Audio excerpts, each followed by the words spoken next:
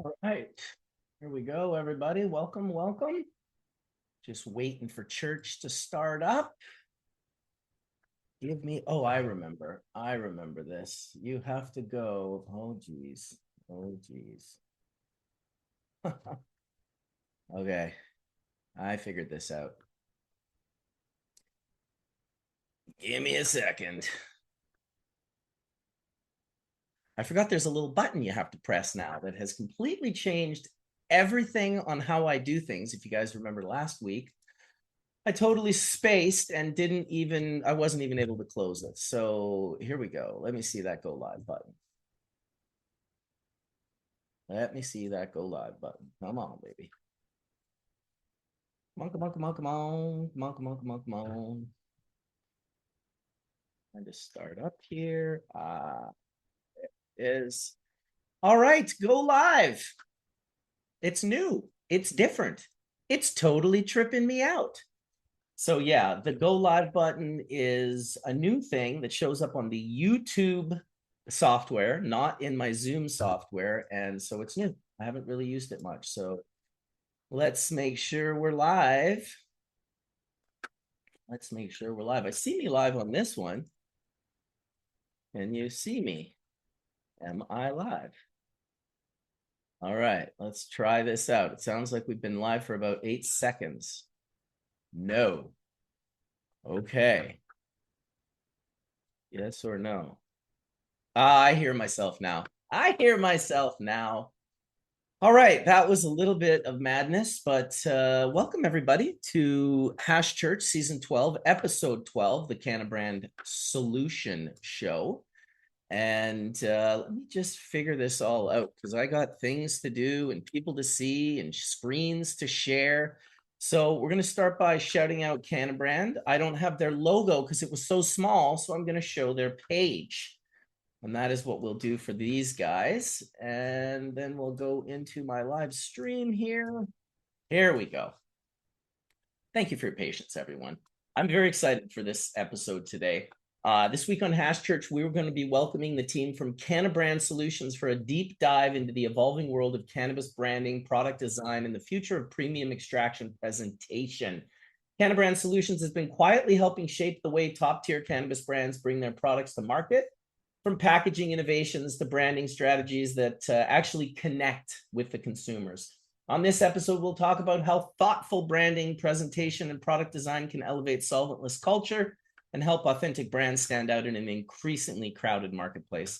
We'll also be unveiling something special, the official release of the new Vision Box all-in-one for the Bubbleman brand. Sleek new device presents a major step forward for the brand as we prepare to launch Bubbleman brand products in Colorado and New Mexico later this month. The Vision Box AIO all-in-one is designed to deliver a single, powerful, and flavorful experience, bringing solventless culture to a wider audience while maintaining the quality and authenticity our community expects. Future of solventless products in the legal market. As always, Hash Church will bring together growers, hash makers, industry innovators, and passionate members of the community for another lively discussion rooted in cannabis culture. So that is what we're going to be doing today. I also, of course, am going to be shouting out the Press Club and Puffco. I just have to go to a different page for that, so bear with me. Lots of different pages for this today, let me tell you. There we go. Hop on over here and share. Yeah, I'm a mess. What can I say? What can I say? At Hash Church, we believe that how you make hash matters just as much as what you make. Craft consistency and respect for the process are everything, and that's why we're proud to be supported by the Press Club. The Press Club has become a trusted name in solventless production, creating well-engineered rosin presses, accessories, and tools designed for people who take this work seriously. Whether you're pressing at home or dialing in a professional workflow, from the precision-built press to their thoughtful accessories and hardware, Press Club helps makers focus on what matters most: quality in, quality out. Geez, I'm really fucking tongue-tied today. We're genuinely grateful for the Press Club's support of Hash Church, our guests, and the wider solventless community, and their commitment to education, craftsmanship, and accessibility helps push the culture forward. Support the companies that support the craft. Visit pressclub.co, check out their presses and tools, and take your solventless game to the next level. You can use the hash code HashChurch10 for a little discount. At Hash Church, we talk a lot about ritual, respect for the plant, and elevating the experience, and that's exactly why we're proud to be supported by Puffco. Puffco continues to set the standards for modern consumption with tools built for people who truly care about flavor, temperature, and intentional use. From the Puffco Peak Pro, with the 3D XL bowl delivering consistent heat, bigger hits, and unmatched terp expression, to the Proxy redefining modular ritual-based consumption, and the Pivot bringing true Puffco performance into a compact everyday format. These aren't gadgets, they're purpose-built tools for hash and solventless, and we're genuinely grateful for Puffco's continued support of Hash Church, our guests, and our community. Their belief in education, culture, and quality helps us keep these conversations alive. You can support the brands that support the culture by visiting puffco.com, explore their lineup, and experience what intentional design really feels like.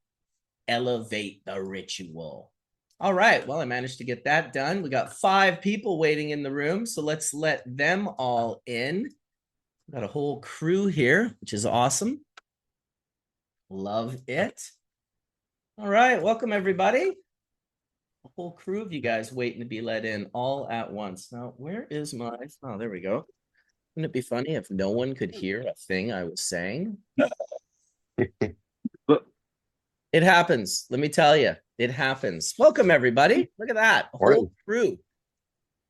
We got Steven driving around looking for bars.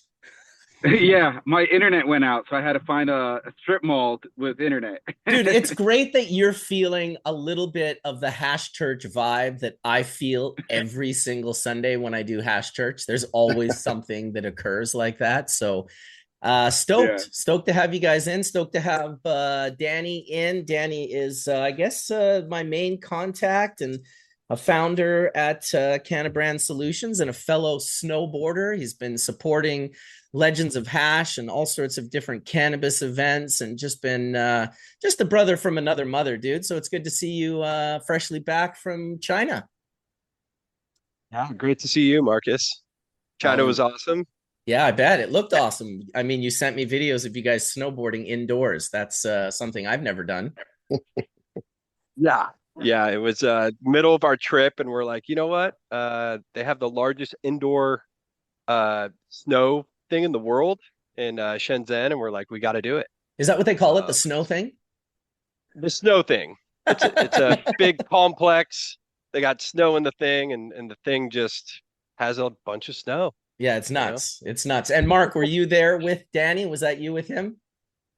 That was me. Yeah, that was one of my harebrained ideas to go and do that. Yeah, after never snowboarding indoors, we had to do it. Why not? When in China. I thought it was super cool. You guys even went full blown and had like the turtle bum pads. Which fashion over function. For sure. Yeah, the locals were loving it. I think Danny and I might have been the top 2 contenders in there that day as far as skills go. But the fashion statement of the turtle butt pads and knee pads threw us over the edge. We were definitely winning. Awesome. Well, it's good to have you here as well, Mark. We've known each other for some time, seen each other at shows, and kind of 2 ships passing in the night, always having some good conversations about snowboarding. So hopefully you guys make it up to Whistler here eventually. Maybe we'll make it down to Colorado one day if they ever get snow again. Would love that. Yeah, well, nothing here. Sorry about that. Shout out to my Colorado team. We got Drew in the house, who runs sales in Colorado and has been crushing it for the Bubbleman brand. And Daniel is my partner down in Colorado as well. So he was like, man, I don't like have any social media. I don't go on Instagram. I'm like, this is kind of a trippy thing. It's like, dude, welcome to the trippy thing. You're on Hash Church, Dan. Well, appreciate it, Marcus. Yeah, for sure, dude. I'm excited to get into the conversation with you guys today. As always, it's always been fun. Everything we've ever done with CannaBrand Solutions. You guys are, I've always said it, you guys are just not your average vape pen company. You know what I mean? Like, to me, a vape pen company is some Chinese woman who's picked a Western name, and she's reaching out to me on LinkedIn and asking me if I need any vape hardware. And that's all I really knew about sort of the vape hardware world for quite a while, until I met my friend oh geez, years ago now, I met this guy who was very serious into this designing of pens, and this was way back when if you opened up like a cart, it would have like some little cotton insulation in there. It might have some wires that were soldered, right? That was the classic where you'd open it up and there would be no Yep. more solder. And it'd be like, where did the solder go? It's like, I think you might have inhaled it. And then there was also the over top of the wire, there was like a color, like a plastic cover.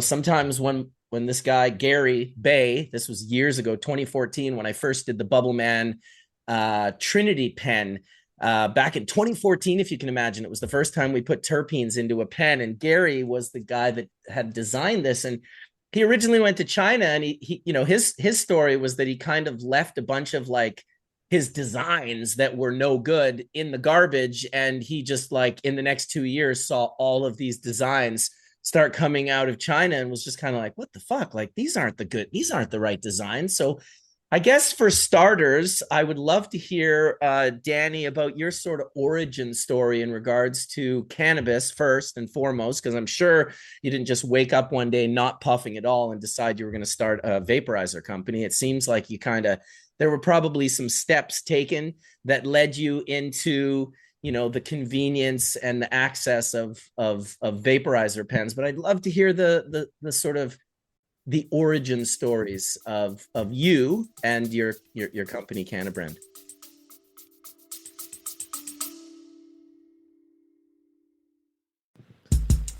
If you're a pet owner who wants real talk on training, behavior, and everyday life with animals, check out the Fresh Patch Podcast. Hosted by Drew and Gabe, we cover the wins, the challenges, and everything in between. So wherever you listen, search the Fresh Patch Podcast, where good pets get it.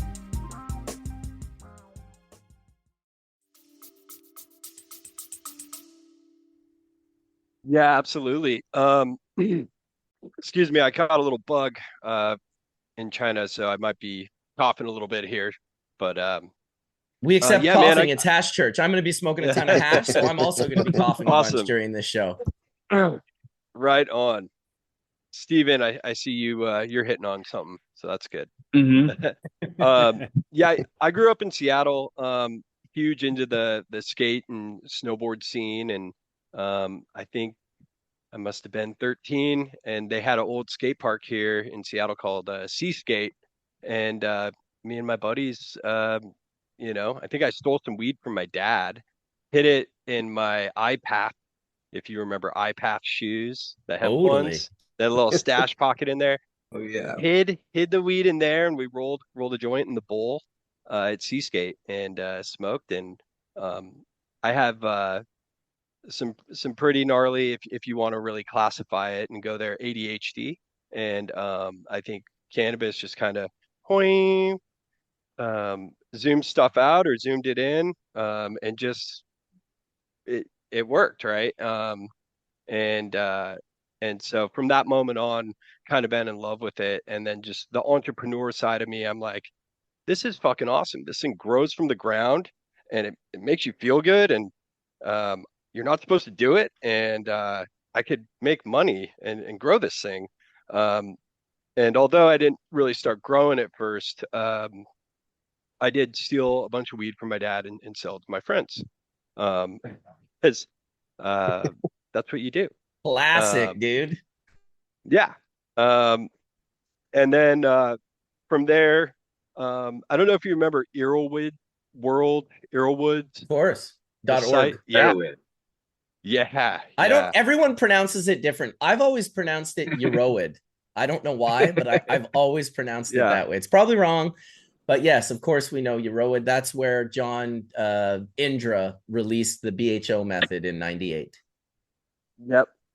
Yeah. So, went on there and was like, how do I grow?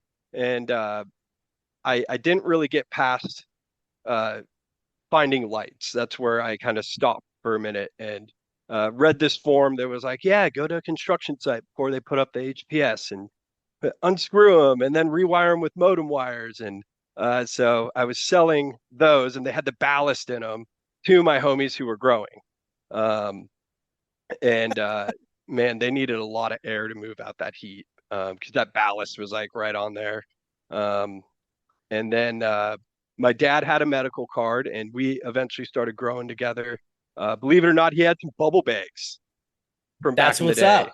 and we were making hash together with your bubble bags. So I think that really clicked when we first talked, and I'm like, no fucking way. Um, and yeah, from there, I got a regular, normal person job working retail. I actually worked at Zoomies, managing a bunch of stores for them. Worked at Nordstrom for a while, and then when medical became a thing, or really started taking off here in Washington, um, I worked with one of my buddies doing that, and opened one of the first rec stores here. Um, and then, unfortunately, just out of the blue, my dad passed away. This was about 11 years ago. Um, and I was gutted. Like, I was running the store at this time. I think I was at Pemberton Music Festival, found out about this, um, just wrecked, took a bus down, and he owned this small business, really, really small business, bringing in labels from China. So like hang tags and appliques and stuff like that. And my grandpa took me into the CPA's office, and it was a small business doing like maybe 200K a year. And the CPA looks me right in the eye and he goes, "There's no way you could do this." And just like me being a Challenge rebel, accepted. exactly. I'm like, fuck you, dude. Yeah, I can. He's like, "Well, you've never run the business. You know nothing about it." I look at my grandpa. My grandpa's like, "Yeah, fucking do it." My grandpa's kind of like, "Fuck you." And so it took that business over. Um, but I missed cannabis. I missed the crazy kooks and just being around weed. And so I had quit my job running this store. Um, and and then I go, okay, well, let me start talking to my dad's supplier who's doing like hang tags and labels and talk him into this industry. And so for about 3 or 4 months, I'm just like on WeChat. I think at the time it was WhatsApp because we WhatsApp wasn't banned yet in China. And I'm just pounding him for every night. Like, dude, here's the market. Here's how it works. You already have an offset printer. And finally, he's like, okay. And I didn't have any money, so he, believed in me and gave me terms. And we started as a packaging company, and that was 2015. And that's right when vape was becoming a thing. There was these wick carts on the market, and of course, I was like already, messing with that, um, and then carts, started bringing in carts and filling those at our house, and had a bunch of partners that were doing it. And I was like, why the fuck is like 15% failure rates acceptable? Like people would be stoked. They're like, dude, only 4 out of 10 of the carts are duds. Like Dude, I that know. was, and I'm like, this is stupid. Like, why? Why? And just super curious, and kept getting samples. And actually my partner who I just saw, his name's William over in China. Uh he's like, hey, my friend's friend owns this company uh called S'more C-Cell, and he told me the price. I'm like, ha, yeah, right. Well, send it to me anyways. And we tested them, filled them. 40 minutes later, 50 minutes later, little hair dryer action. We're hitting it, and we're like, dude, this fucking works. And I think 3 weeks later, I was in China because I was so amazed by that product, and went to all these other factories I was buying from. At the time, was like, oh, dude, these are awesome. Like, look at all this. There's a bunch of people doing this. And then went into C-Cell's factory, and I'm like, holy shit, how are people even buying that? How is that allowed? Those other factories, pretty scary. And we've been a C-Cell distributor since, and went from my garage to um, and 3 people to a 10,000 square foot warehouse. And man, it's a journey, and I love it. And it's so cool to see where the industry's gone. Dude, I love that it started in a skate park for you. Like, what a great place to get turned on to Ja Herbs. I mean, that's pretty standard for like a 90s kid right there. Like 90s, like 2000s, the skate park, you know. Like for me, I'm a little bit older, so it was more like pool halls, but I still had the skate park experience. We did the pool hall first, and that's where we met the sketchy weed dealers. And then eventually Chornik in Winnipeg built a skate park, which of course was where all the chaos was happening. You know, kids getting hammered and kids smoking weed and blow torches with hot knives and hash. Like everything was going down at our skate park in a big way for sure. Yeah, it's interesting in regards to the factories. You know, I was talking to someone the other day about a big contract they had, and they were like, yeah, you know, they're buying, you know, so many of these vape pens, and but they're paying so much. I can get them for so much cheaper. I'm like, dude, the last thing you want to do is like try and get a bunch of pens where you already have a customer buying like millions of them and just undercut the price so that you can make more money. I don't think people realize how bad the bad pens are. I don't think they have any real understanding. And that was my buddy Gary's real trip, was to take them in, get them cut open with like the water jet or whatever it was, so he could open the cart and show people what was inside. He was the first one to ever show me all the shit that was in the cart.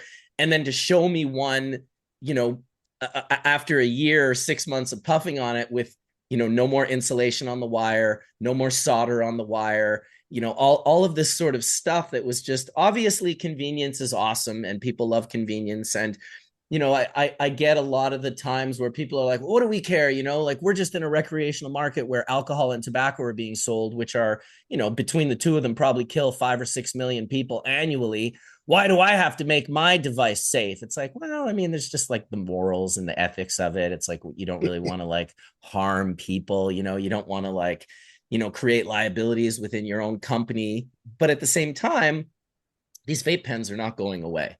You know, as much as I love hitting a banger, as much as I love having my Puffco out in the world, like I always have my pen. I always want to have a pen on me because it's just a different time. It's a different, it allows me an opportunity to use the device in a way that none of the other devices can fit into that timeline. Like when I'm ripping down the mountain on my snowboard, you know, I've taken my mothership on the mountain. There's videos of me opening it up and pulling out the torch and the dab right and everything and setting it all up. It's ridiculous. It's absurd. And it was fun and awesome.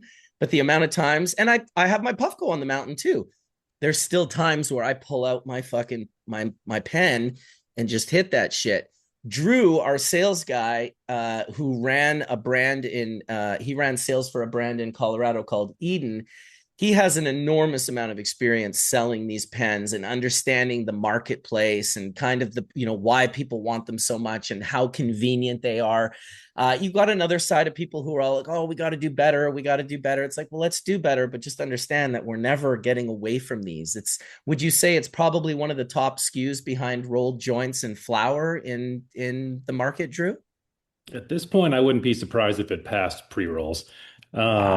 It's a huge market and it's only getting bigger every day. And I mean, I've been selling pens now for, 7.5-ish, 8 years. That's where I first met Mark, actually, was over at my first job at Spherex, when we started selling Pax Pods, and Mark was over there with those guys, so we've watched the evolution of these things change. And, I think you hit the nail on the head with that one, that these are only going to get bigger. They're not going anywhere, and the market is enormous. So why not sell the best product possible with the best hardware possible? It's not going to make people sick. It's not going to kill them in the long run. I think that's really the goal we're all shooting for here. But also, you got to make a buck in the process too. Do you guys think that live hash rosin had something to do with becoming more conscious in regards to the pens? I don't know if that's the case or not. I remember live hash rosin coming out around 2014 into pens. That was when I first put it into a pen. And it seemed like and I don't want to throw the BHO guys under the bus at all, but the original OG BHO guys didn't seem to care as much about like being exposed to like gas, the potential of blowing up, all of these sorts of things. And I wonder if you guys see it with rosin, that it like pushed the industry to do better. And I'm not making that as a statement. I'm more asking, do you see that happened, or do you think that that's not really the case at all, and that both, BHO and I mean live rosin, I guess you would call it, which is the more tasty of the live hash resins. Do you guys see that at all, or do you just think that it's been kind of, because I kind of see that like nobody seems to be a bigger snob than the live hash rosin guys, right? They're all about like making sure it was dried properly, that there's no, whereas the BHO guys were like, we'll just, and this is in the beginning, they literally take any material. I used to get people going, oh man, you can just blast BHO if you have moldy material. And I'm like, ooh, I don't think you should do that. What do you guys think in regards to, the effect that live hash rosin had on the vape pen market? And that's to anyone who wants to answer. Go ahead, Steve. Sure, I'll jump in on this. I think that live hash rosin is a process that requires attention to detail to get a quality product, whereas resin is a more mechanical, more defined process where you could put just about any strain, run the same parameters, and get a good product out with resins. But when you get into the mechanical extraction, it's a lot more contingent on the genetics and the little processes along the way. The shape of your ice cubes, the pressure of your plate, the temperature, the evenness of the pressure. There's so many little things that add up to create that quality that requires a lot of refinement of your process along the way and attention to detail, which is why we have that product. I also think that rosin has a unique characteristic for the smoker, where it carries more chemicals than you would in resin, polar and non-polar compounds in your media, and along with trace compounds that won't get extracted by butane or propane. So I think that kind of raised the bar for extracts as they got better over recently. Well, I love that you mentioned the shape of the ice, because I've always been a big fan of a very particular shape of ice, a hardness as well. Obviously, I used to think, when the first shape that I got that I really liked was out of my buddy's fridge in Whistler, and it was the half moons. And they were as hard as a fucking rock. They were like the hardest ice cubes I'd ever seen prior to any ice prior to that. Now, these days, I use cold draft, which is very large, 1.5 by 1.5 inch cubes. They're very sharp, and they do a very good job of extracting the resin from the flower and breaking the flower up to get that resin out. I'm less worried about gentle washing because I can filter, and I know how to filter through screens. And when you know how to filter through screens, you don't have to be quite as worried about knocking off extra things or breaking material down, because you can just filter it out in the end. But I like what you said about that, in the sense that one is much more of a process. You just put anything in it, the parameters are going to come out very similar. Obviously, quality matters. If you put in something extremely high quality into a BHO, it's going to come out better than something that's not. We're not saying that that's not the case, but you're right. There's an extra energy that is focused. I mean, I'm sure to this day, there's way more pens being sold with butane in them than there are live hash rosin. But we're working on catching up. We're working on catching up. I see, when rosin came out, Johnny B made a post called "The Death of BHO," and that post got millions of views, like 4 or 5 million views. Now, obviously, BHO did not die. I don't think BHO is going to die anytime soon. It seems like an affordable product that people are always going to want to have access to. But at the same time, the popularity of live hash rosin is growing. Someone sent me a picture the other day, and I don't know if I can find it, because the problem is now when people send me things, that there's 12 million different places to send me these things. But my buddy Corey sent me a picture of a cart yesterday, and it was all bubble hash, not rosin. It was a bubble hash cart. You guys ever heard of such a thing? I have. Not yet. I haven't. I've never heard of such a thing. I guess he decarbed it and liquefied the bubble, maybe poured off. Maybe there was some left that he wasn't able to use, but the cart was like clear golden oil. And I just thought, wow, wouldn't that be cool if in the future, do you guys see us releasing one day the bubble hash cart? I think shooting something unique out there is the best way to get ahead. So I would love to shoot a bubble hash card into the market. Dude, how great. I'd never seen it before. And who knows, the conversation may very well start here and have these guys start working on something as such. I mean, obviously, when it comes to anything that's smoking or heating up, there's just so many different variables. I got to have a conversation with Josh from Raw about a month or so ago, and he went into all of these terminologies that are in regards to paper and paper burning and the burn factor of paper, and he had all these different terminologies, and I just thought, holy shit, like the rabbit hole goes really deep on this if you're willing to go really deep on this. And I'm sure that when we first started making rosin parts, it was different. There were different products, very much like what Stephen mentioned, which is a very deep rabbit hole for those of you that are aware. Polar, semi-polar, and non-polar components and the different polarities of the solvents used. This was a conversation that Jim Frere, the chemist, I only knew him through Facebook. I think he's a West Coast guy. He was a PhD chemist, and he went down this rabbit hole of why people were getting this nasally cough and sort of bronchitis and when they were smoking a lot of BHO. And this was prior to winterization.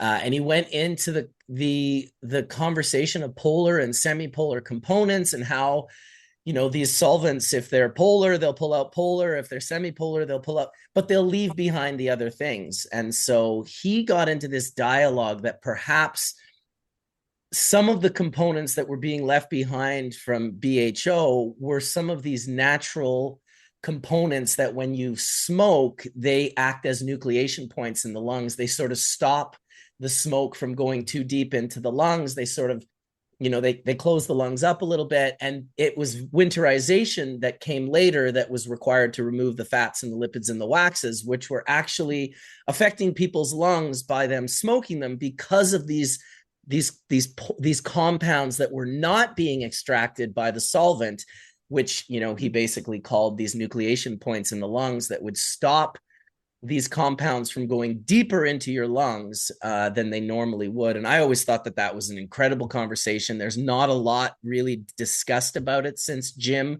brought it up. Winterization came along very soon after, and then it was like, well, we don't have to worry about this so much anymore because now we're removing the fats and the lipids and the waxes. Now, these components are still present in rosin, but so too are these nucleation points or these compounds that act as nucleation points in the lungs. And that's why when you're smoking rosin, they're not going to affect you the same way as when you smoked non-winterized BHO. Do you agree with that, Stephen? I think there's another point, and it's really key, is particle size. So building off what you said with the fats and lipids, some fats are good, some fats are bad. And not all fats are created equal. So one fat which is bad would be a triglyceride. So those are very big fat chains. They're very long. They have high boiling points, so they don't vaporize. And they do act as nucleation point for your aerosol to make really big particles and to make a really harsh burnt taste. So you don't want those. But then you have your free fatty acids, little fats, and that can kind of give a creaminess, a nuance, je ne sais quoi to your extract. So not all fats are created equal, but the particle size is really what makes you cough or sneeze. So I called it the Goldilocks particle zone. So not too big, not too small. When you have a very big particle, it hits the back of your throat like a baseball. It follows Newtonian physics and behaves that way. So it kind of irritates and you get this buildup on the back of your throat and you want to cough. When you have very small particles, we call that gas, they explode in all directions and kind of irritate the top of your nose and makes you want to sneeze. So we do particle size analysis at C-Cell where we're trying to find the right particle zone to get deep lung penetration while at the same time minimize the harshness. So we've made some vaporizers in the lab that you could take 100 hits in a bag and not cough. It's just like inhale it all at once. And it's all about just optimizing that particle size and making sure your extract is clean without triglycerides and all of that nastiness. So yeah, Very pretty much interesting. spot on. I definitely want to hear about your past and history and where you came from to get to where you are. I also want to know, it's amazing that you guys are working on this and have the understanding of the particle size.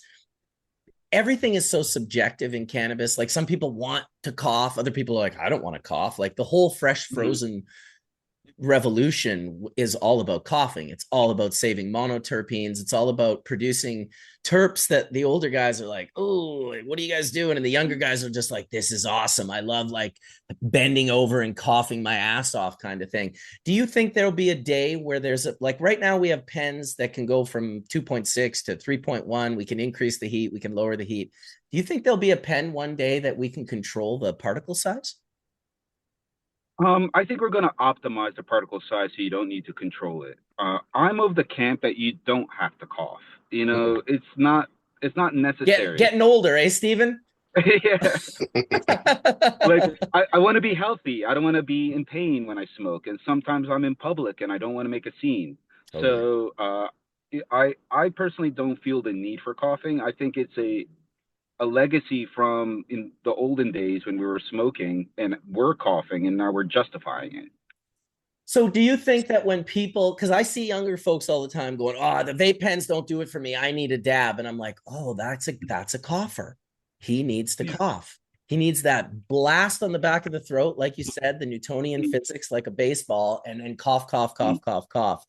I also don't like to cough. I prefer it over coughing all day long. That being said, every once in a while I love to rock my head. So I just wonder, is the group of people who don't cough as big or bigger as the group who does want to cough? And how do you feed both of those markets?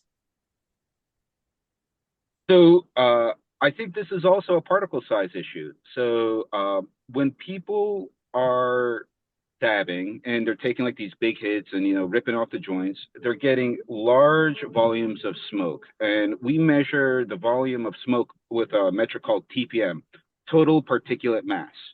So we want to see the weight of that vapor and how much they're inhaling. So from a typical vape pen, you're getting like, let's say 2 to 5 milligrams per puff. When you're getting a dab rig, for example, you could get like 20 or 30 milligrams in a puff. And like with a Puffco, for example. So when you're inhaling so much smoke, you have an effect called coagulation. The particles clump together and become bigger and make you cough.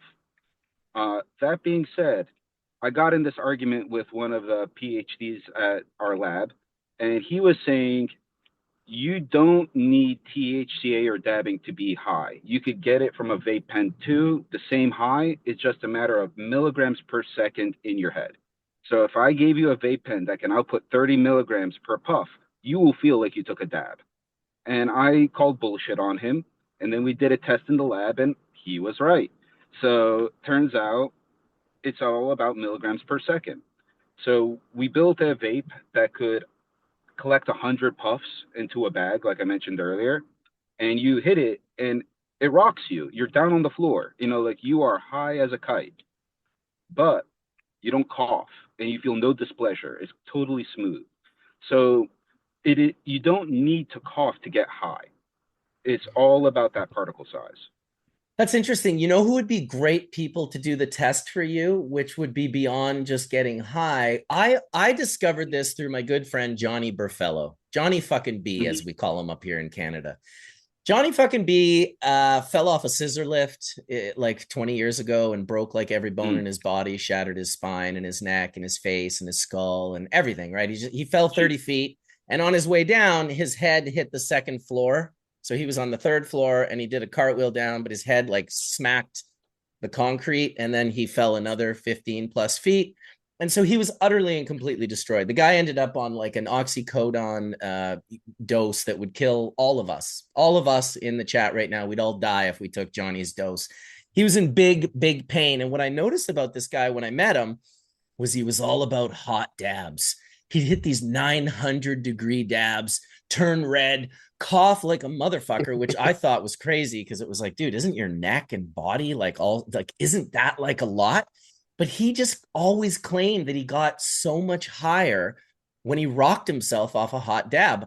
I had a hard time disagreeing with him because the odd time that someone gave me a hot dab accidentally and I took the whole thing, I mean, it was almost a psychedelic experience. So I just wonder if there is something to be said when you get high that you have that intensely. Like for me, it's a negative experience. I'm not a fan of it at all. I've watched it happen. I watched it happen in the beginning of dabbing. Before dabbing was a thing, my friends out in the Kootenays created this bong called the Mayor. And it was like a spoon bent over a torch with a glass dome over top that went into a bong. It was like serious hillbilly shit. Like this was like science 0, hillbilly 100. And but it fucking destroyed people. Like you'd give someone a dab of this thing, like even someone like Breeder Steve, who was undestroyable, would get destroyed off of this thing. Everyone got destroyed. And I just always wondered, like, you know, I just, is there a need for it to get to that point for certain people, or really are we all kind of brainwashed and not realizing that, you know, you could get that same experience without the 900-degree hot dab and just the certain amount of milligrams that's going into your body. I don't know what the answer is for that one, but I'd love to hear about your background, Stephen, and where you came from to get to CannaBrand Solutions. Sure. I was passionate about weed immediately coming out of college. It was kind of something I really jumped into. My father was diagnosed with stage 4 lung cancer, and his oncologist recommended cannabis for his chemo and radiation therapy. He was a pharmaceutical engineer, so we worked together to develop IV cannabinoid solutions for him that he could plug right into his port. And that was a lot of fun, you know, working with my dad in his last years. And after he passed away, the passion never really left, and I wanted to keep going with it. So I started getting into extractions really early on. So websites like Skunk Farm Research really helped a lot. You know, the legendary Grey Wolf from that website. Yeah, he did amazing stuff, and Arrowhead, like everyone else. And I got I started doing some extractions and getting into that well early on, and then started my own vape company back in like 2012 or 2013, something like that. Shortly thereafter, I found a vape in the store made by a company called Vaporesso, owned by S'more, and it had the first C-cell in it. And I bought it, and it cost $50 in the store, put it up to my vape, and it blew it out of the water on every metric. So I said, that's the end of vapes for me. I got a farm and lab in Oregon, grew weed, extracted it, really enjoyed it for about 6 years, worked at Verano, and then I saw an application for C-Cell. I was like, this is my opportunity to get back into vaporizers, an industry that was shut out to all Americans because it's a Chinese-owned industry. So I jumped on that, and that was about a little over 4 years ago. I got a job at C-Cell R&D, and it was a really tremendous privilege because I'm in a lab with the cutting edge equipment surrounded by PhDs. It was a dream. So I really enjoyed working there. And unfortunately, they moved their R&D to Manassas, Virginia, and they're focusing more on tobacco products now. So I wanted to transition, and Danny offered an incredible opportunity for me where I can continue validating and improving and making products for the cannabis market. And he is a empowering boss. He wants his employees to do things. You know, he's not trying to lead with his vision. He wants us to lead with our visions. And I really respect that. So that's how I got the CannaBrand. Awesome. Well, glad you landed with the CannaBrand team. That's the way to do it, man. It's you definitely seem like an intelligent guy and that you know what you're talking about. And that's I wonder how many of those PhDs that you were surrounded by at the C-Cell had cannabis experience. None. Jesus Christ. What an advantage for you.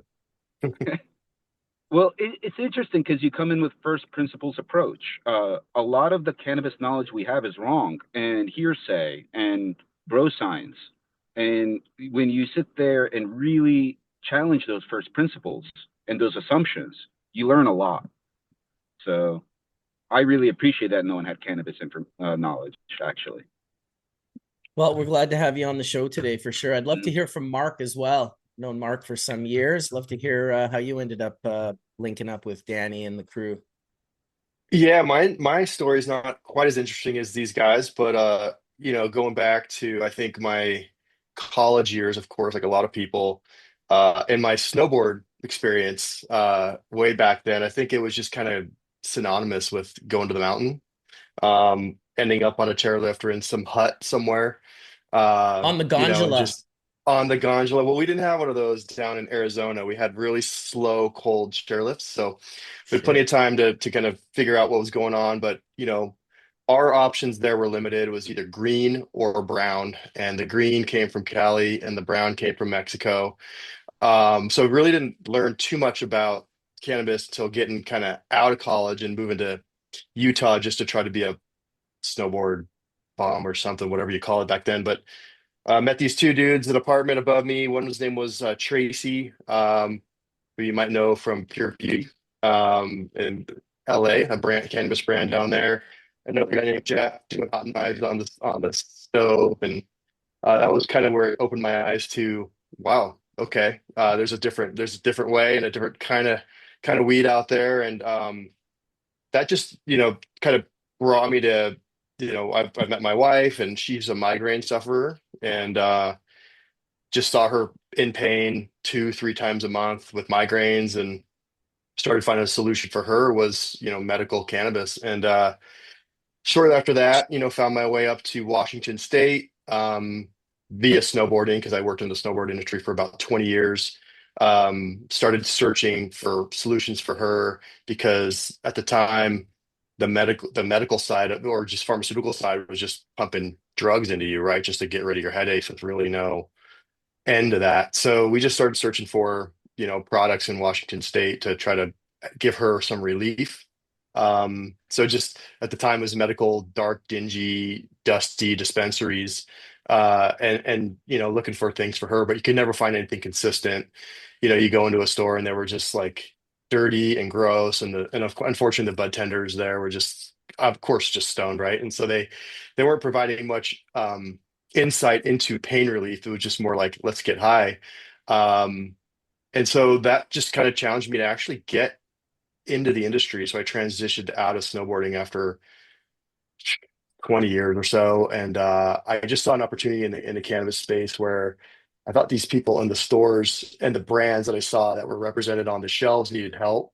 And I just started poking around and found this Indeed posting about a vaporizer company in Washington State called Vuber. I'm not sure if it's still around, but did sort of a short stint there with some consulting to try to get their sales team and their product merchandising plan sort of up to speed on like how to actually be a brand because it's just kind of disjointed and messy. And then it just opened my eyes to the vaporizer space, and I learned about this company called PAX.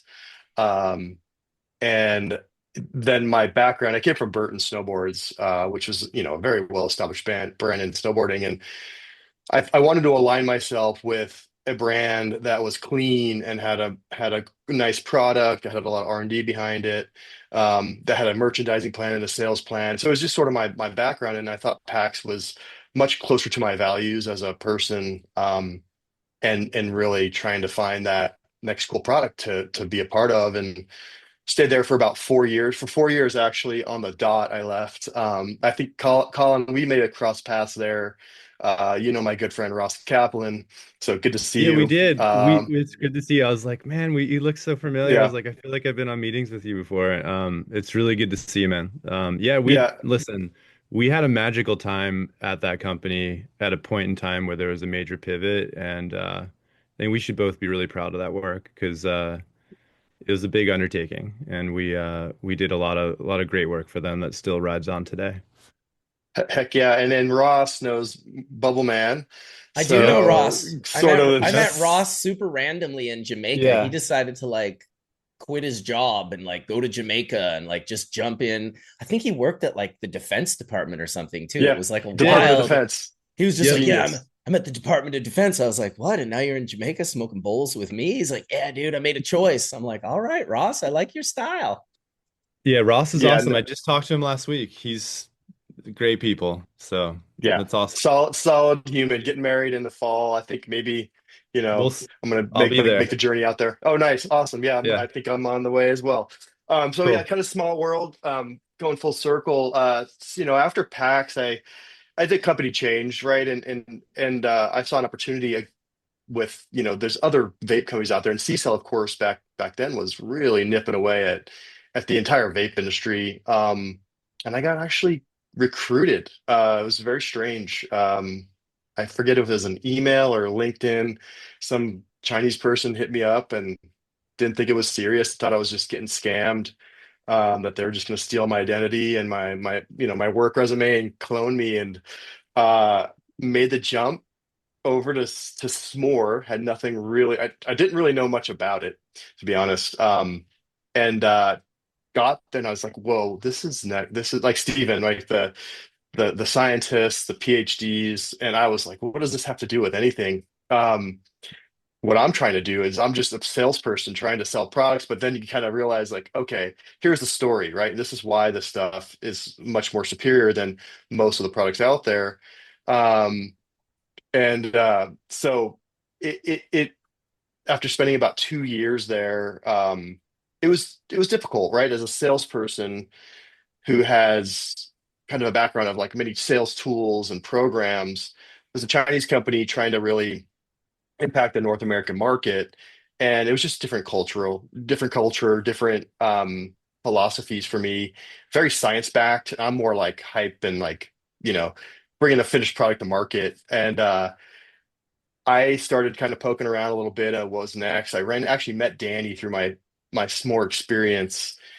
I was brought into his office at one point in Seattle, and I saw a snowboard on the wall, and I was like, okay, maybe there's something here. And we started chit-chatting about life and snowboarding, and then sure enough, about 2 years after that, him and I are having a conversation about what it's going to look like to come work for CannaBrand Solutions.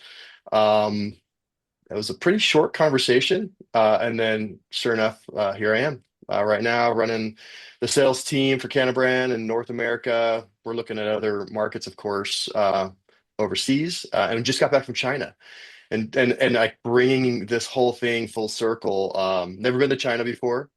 Of course, got to go see S'more, and there's some people that I'd worked with there and were like really embracing of seeing me, and just looking at their factories and just the level and the R&D they're doing. We got to see the ceramic factory. Danny, am I correct in saying like we're probably some of the first people to see that outside of their direct S'more employees? They're very quiet about this. They don't let anybody see anything, and we got to go walk through there. um, Got to go see some of my clients that I worked really hard on to create some ODM projects for, like custom from ground up creations, actually being assembled in the factory. And took pictures and sent them to them, and they were just like super stoked, right? Like nobody gets to see that stuff. So, anyways, that's kind of brought us here today. We just got back on Thursday night, or I don't even remember what day it is, but we're back from China with a whole new view of what we're actually doing, and it just gives me some more ammo as a salesperson to go out and tell cool stories about our products and really be passionate about what we do.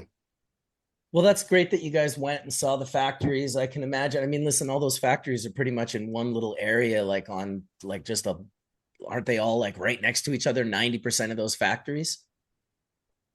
I They mean, used to they used to yeah, be. go ahead, Danny.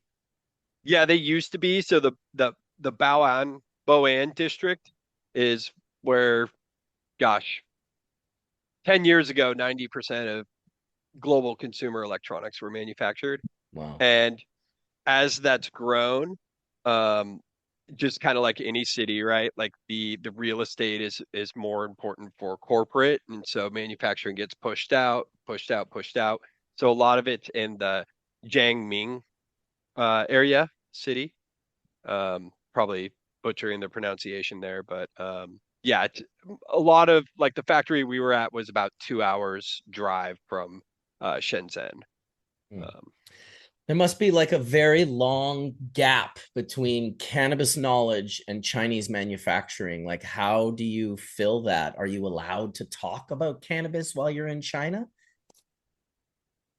we are, yeah, yep, Nice. It's we not are. illegal to talk about cannabis. You just can't Not, have it. yeah, yeah. Like I think I spent about an hour shaking out all of my backpacks, uh, I'll one up double you. checking. I'll one up you, Yeah. Danny. I have a bin in my garage where I keep all the stuff I travel to America in, and I don't let it mix in with any of the rest of my shit. I love that. I Yeah, need to, I yeah, can't take the steal chance. that. I can't take the chance. So, how much do you think things could speed up if China was able to make hash and oils to test their units in China with? Gosh, I'm not sure. Stephen, for a time you were working because CISO has their SDR lab, right? Yeah. And Stephen worked there, which was like the bridge between China manufacturing and us. And then they have us as distributors, which are Stephen, what do you think? Like, are you saying there was a Um, Chinese company that ran like cannabis experiments in the US? yeah. So That's insane. That's interesting. it's a U.S. company that is financed by S'more. So that's Okay. the Okay. logistics of it. That makes sense. Um, Because yeah. here in Vancouver, the Chinese government makes like takes out ads and makes statements to the Chinese people that are in Canada to Mhm. absolutely unequivocally not use cannabis as a medicine or a Yeah. recreational drug. They impose All right. that on them in a different country. It's interesting. So a lot of my coworkers, some of them had green cards, and they would absolutely not want to consume cannabis whatsoever. And that makes sense to me. Like you don't know what will happen. You don't want to break any laws, and you want to, follow the book. A lot of Chinese people just don't want to do it because it's stigmatized. That being said, in Kunming province, they have a high security CBD grow where they're allowed to grow CBD and extract it over there. I saw the quality is pretty low. It's kind of equivalent to what we were making back in 2000. So they have a ways to go before they can catch up on American quality and genetics. But uh, the main reason why SDR existed is so that they could learn about cannabis and understand it better and design devices better around that media. So we're trying to get the physical parameters, the behavior, the mechanisms, the thermodynamics, everything about it. It's got to be such a catch 22 for them. It's like, do we give up the hundreds of millions of billions of dollars in sales? You can say it's a Chinese owned company, but I'd say 97% of the sales probably come out of the US and probably 50% of those sales come out of California. Mm-hmm.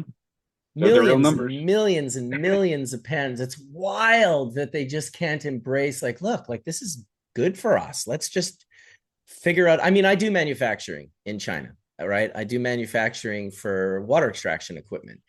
And it's the same thing. You can't have any weed to run the materials through. So it's like you got to design things there, you got to bring them over here, and then you got to use them. And then once you find out all the things that don't work, that are usually connected to their lack of knowledge when it comes to cannabis, it's this back and forth sort of thing. I mean, the vape pen situation is very mature, I'm sure, for them, even though they don't have cannabis on site in China. I guarantee you they've learned a lot over the last 20 to 25 years in regards to these oils and the fluidity of these oils, right? Because that has a lot to do with how, geez, when we started, we weren't even decarbing. We just put shit in a pen and it would just turn into a crystal and just completely stop working. And we'd be like, oh, what did we do wrong? It's like, well, yeah, you need to decarb. And then even with the decarbing, there's so many different ways to decarb that will either destroy or preserve the resin. Do you guys, as a vape pen company, ever look into decarb SOPs? And do you feel that it's important to sort of share with your customers, like, look, you can do it this way, but you're going to get this. If you do it this way, you're going to get this. And if you go this way, you're going to get this. For me, this is the rosin reactor. It's the only one that's sealed. It's the only one that refluxes the terps back into all the volatile organic compounds that go back into the material. For starters, it seems to be working just incredibly wonderfully. What do you guys suggest for decarb? I agree. It's such an important factor for your Andrew's company. awesome too. Yeah, Andrew's amazing. Andrew's.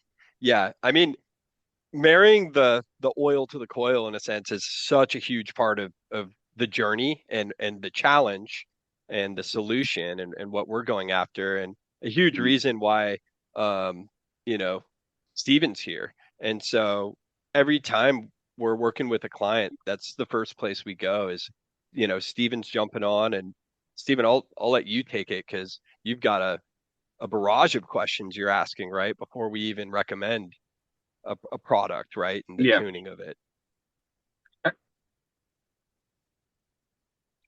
Absolutely. And we look at the coil as like the engine of a car, and you feed it different types of gas. You don't want to get a diesel engine and feed it 89 octane regular gas, and you don't want to take your regular gas and put diesel in it. You're going to ruin your car.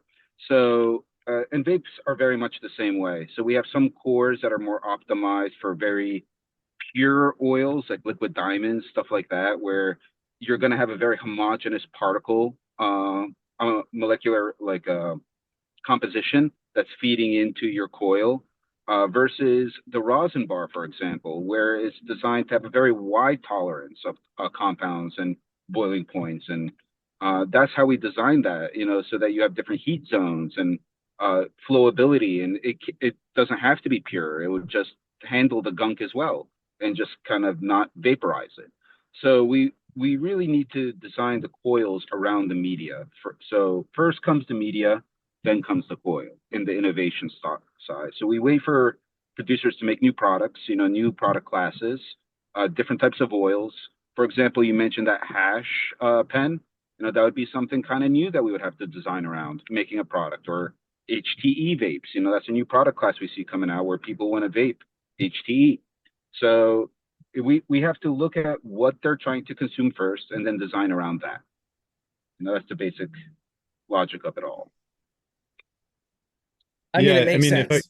Go ahead. If I could jump in, I think what we're talking about, and I think you said it nicely, is the decarb. And I had to do this in reverse for other companies where I couldn't change the inside, right? You have the amazing luxury of doing that. I just started being able to do that. So when you're talking about making a decarb product, you're talking about the viscosity, and viscosity has a centipal reading. And the centipal readings, I have millions of data points on centipal.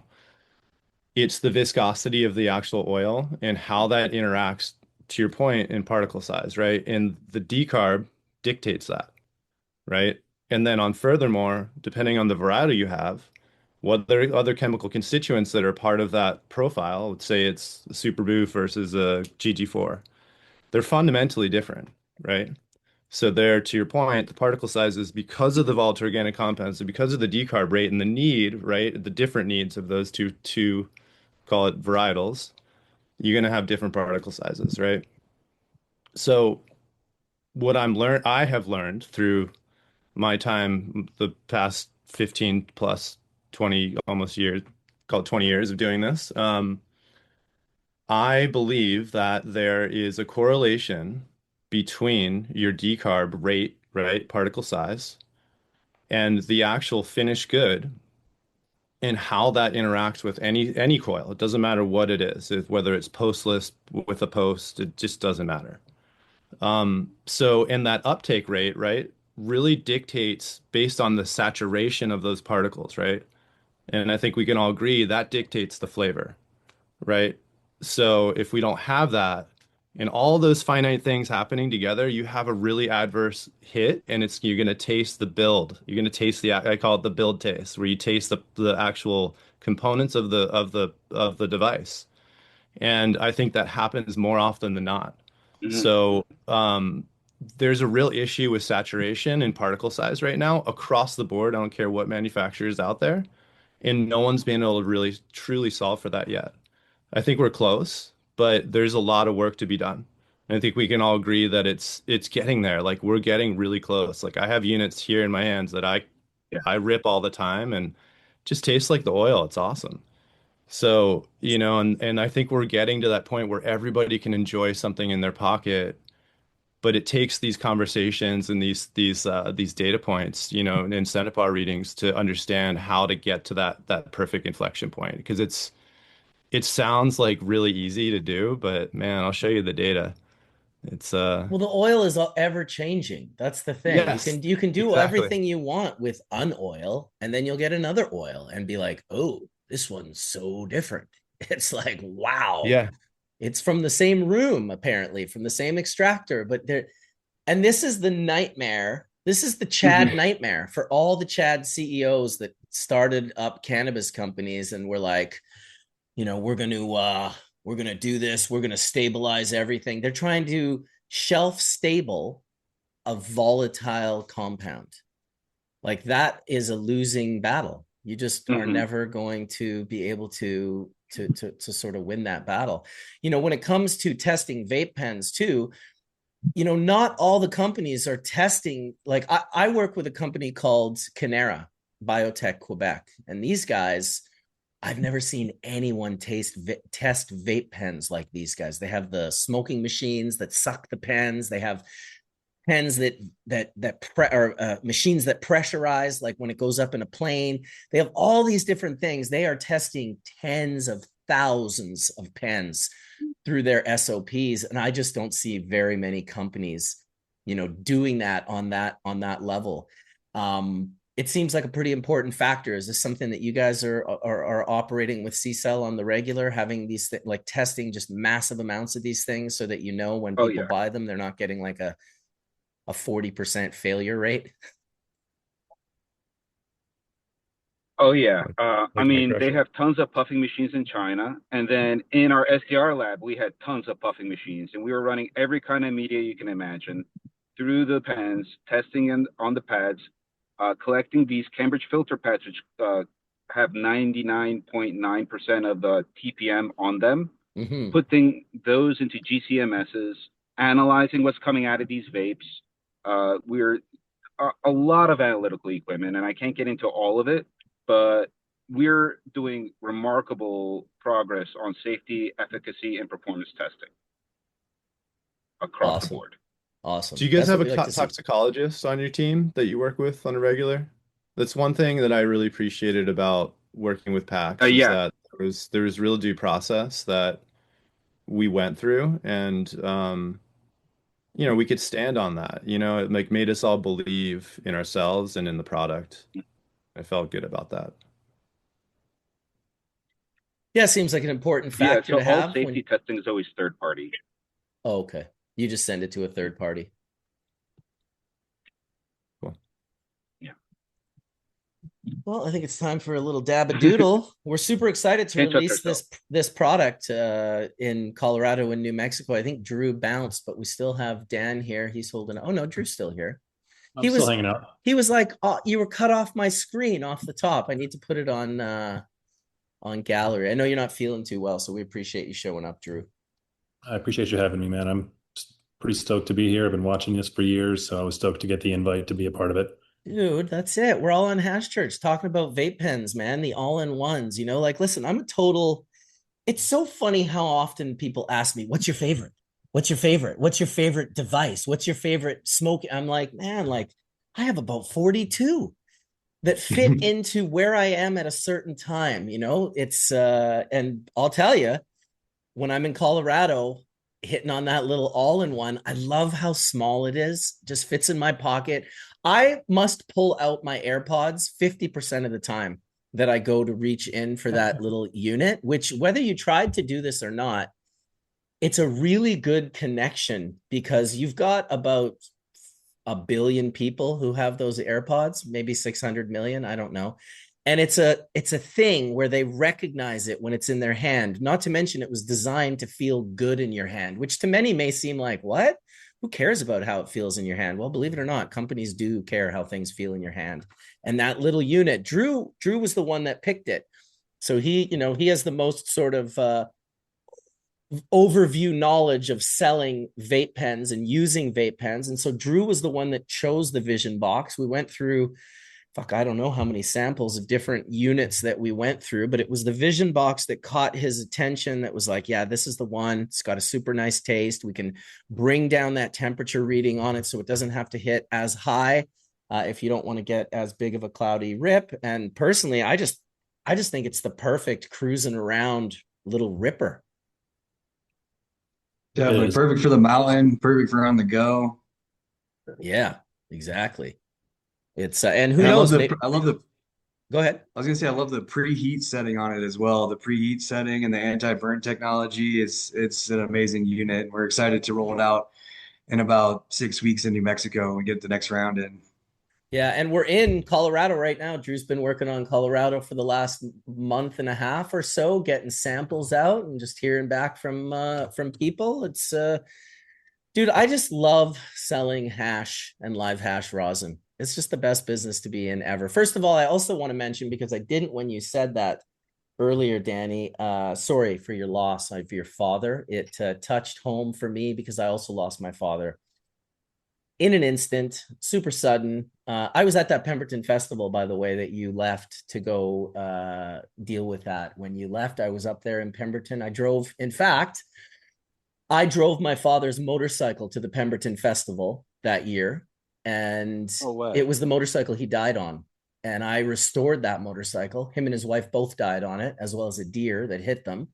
So 3 lives were taken on the night that my father passed. And I restored that bike. I bought it back from insurance. I sent the frame back to the Harley dealership, the main spot in Minneapolis, where they lasered the entire frame so that I could build it again. And then I bought every single piece of that motorcycle individually and had them put it back together. So I was actually in the middle of my sort of dealing with my father's death, and how I dealt with it was rebuilding his motorcycle. And that's kind of how I visit with him on his motorcycle. So yeah, I feel that for you, and I feel that for Mark as well. It's never easy to lose one's father. I lost mine 20 years ago now.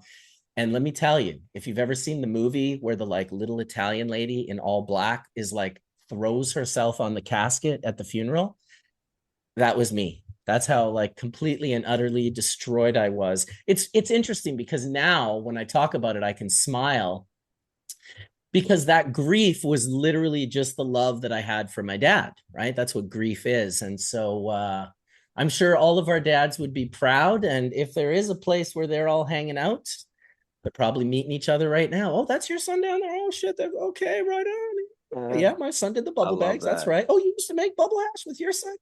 Yeah. Which is also super cool that you used to make bubble hash with my bags with your dad, dude. That is fucking epic. Epic. Yeah. I can't say I ever made any with my dad. I can't remember, but I definitely got my mom to make a batch. While she was working for the Winnipeg Police, in fact, I had my mom come visit me in Vancouver. And I wanted to prove to people that you didn't need to be like a rocket science to make full melt.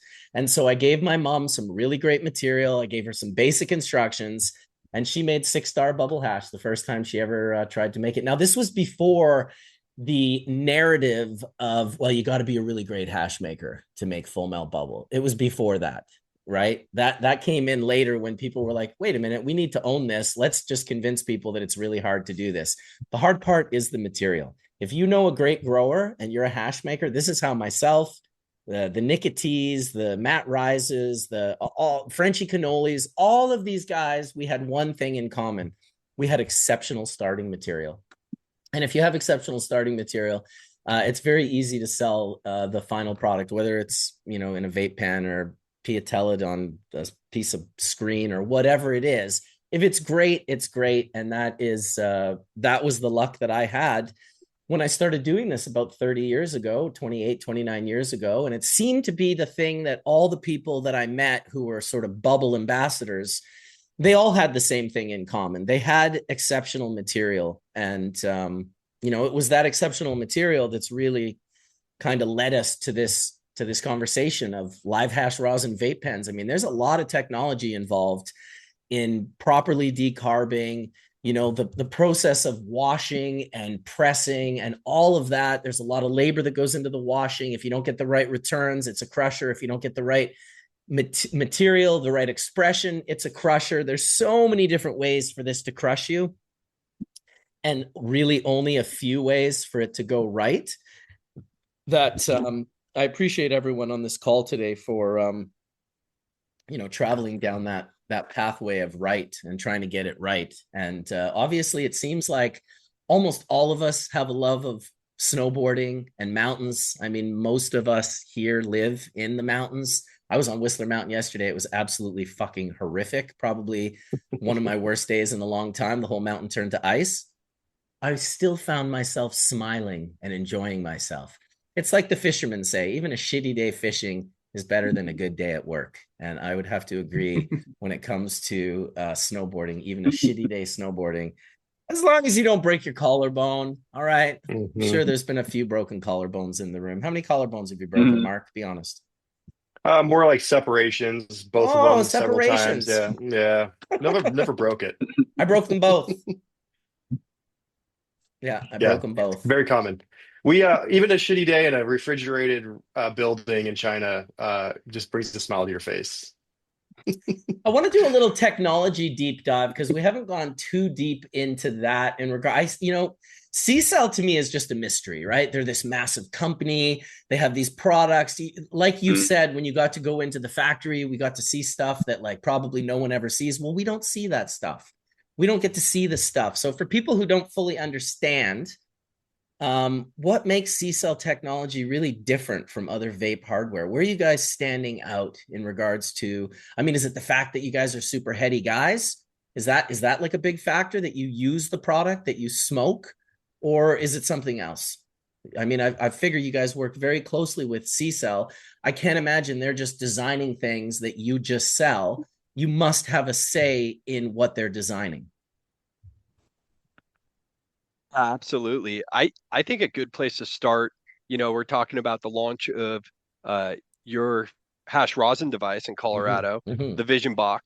Yep. You guys spent a lot of time putting that thing through the ringer along with a bunch of other devices. And Steven, when he was at C-Cell, he's now with us at CannaBrand Solutions, but he actually helped design the technology behind that called the Hero technology. HERO, or heat rosin technology. A good place to start, Steven, you should talk about that journey because that's fucking sweet. You were holed up for months in Humboldt, like sure. Take it away. Yeah. Holed up for months in Humboldt. I like the way this story sounds already. Yeah. Yep. It was a story, all right. So we were working on a whole bunch of projects, and the big one was making a rosin bar at the time. That was the name of it. We wanted to make a device designed around rosin, which was a totally different media than everything else, like a lot what we discussed earlier in this podcast. So I needed a lot of rosin, a lot of different varieties, a lot of different strains, a lot of different qualities, and tons of it, so we can brute force optimize through a whole bunch of different coils. And there's not too many places where I can get that much rosin at a reasonable price. So I figured Humboldt would be the place to go. And we rented a place in Arcata. Everyone was super hospitable. We made a lot of good friends, and we bought tons of rosin. And we just started brute force optimizing the coils, the voltages, temperature zones, the spacing, the diameters. And we kind of went in an interesting direction with the design of the Hero Core. We went back in time to those 2014 coils that you saw, where it was like an open coil, because the ceramic was actually the enemy in this situation. That ceramic was trapping all those fats and all those triglycerides, in fact, and making that burnt taste that you get halfway through a cart. So we needed something that would have a free flow that allowed in and out. So we put a stint in between the coil and the wick to make a tube to allow it to go in and out very smoothly. We set up heat zones throughout the coil, and kind of building on what Colin was mentioning earlier, that like device taste, we've introduced the anti-dry burn technology, which would prevent that by regulating the resistance. So if the resistance was going up too high, it means that you're dry burning and it would auto shut off the device. So it needed to be totally saturated in order to fire. So some people find that a little annoying. They're like, why is my device not hitting? And I'm like, well, it's saving your butt. That's why. So, like, let it sit for a little bit, preheat it, let it get nice and saturated so you don't get that device taste. Because unlike distillate users, rosin users really care about taste. They really care about their product. So you want it to be fully expressed. And it was a really exciting journey. We met a lot of Frenchy Cannoli's old crew. They were helping us out. They were really cool. And we had a lot of fun out there. It was me and two colleagues from China who were first time in America. And their first time was in Humboldt, California. So I thought that was funny. Did they smoke with you? Oh, yeah. Yeah? Nice. Good. That's awesome. That's crazy. Yeah, there's a lot of work to be done. These things just don't kind of fall into place. It's funny because to the consumer, they're all just vaporizers, right? There's so many of them. It's like, you guys are probably one of the companies that I could sort of relate to in the sense that since I started Bubble Bags, I have about 8,000 companies copying me. Like you can literally go on Amazon and buy like 8 bubble bags for like $40, which is just impossible. I couldn't ship a set of bubble bags for $40 to Europe. But there's so much bunk out there. How do you cut through the bunk? And release something that is recognizable as something that is actually good.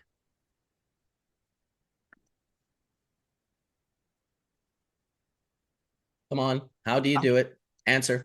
I'm just joking. It takes a lot of work. Yeah. Go ahead, Danny. I was just going to speak from the, just being in China and in the factory. We were in C-Cell's factory for 3 days, and I think the most amazing thing is like I go there year after year, and just they have more automation on their assembly lines each and every time, and their economies of scale, it's just insane. And automation, consistency, right?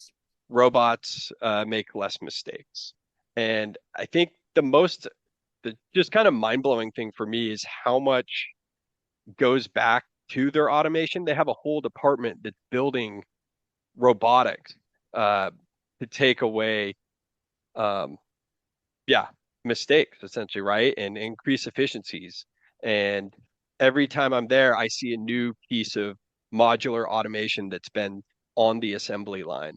And I don't think there's many companies out there that are making manufacturing vapes that have an automation department that are going, okay, 6 months from now on this line, here's what we need to automate to bring down price, to increase efficiency, decrease, issues, increase safety and performance. So it's pretty epic. It's mind blowing. And like Mark even said, like he looked at me and he goes, I don't know if America could do this. Right? Or it's just mind blowing.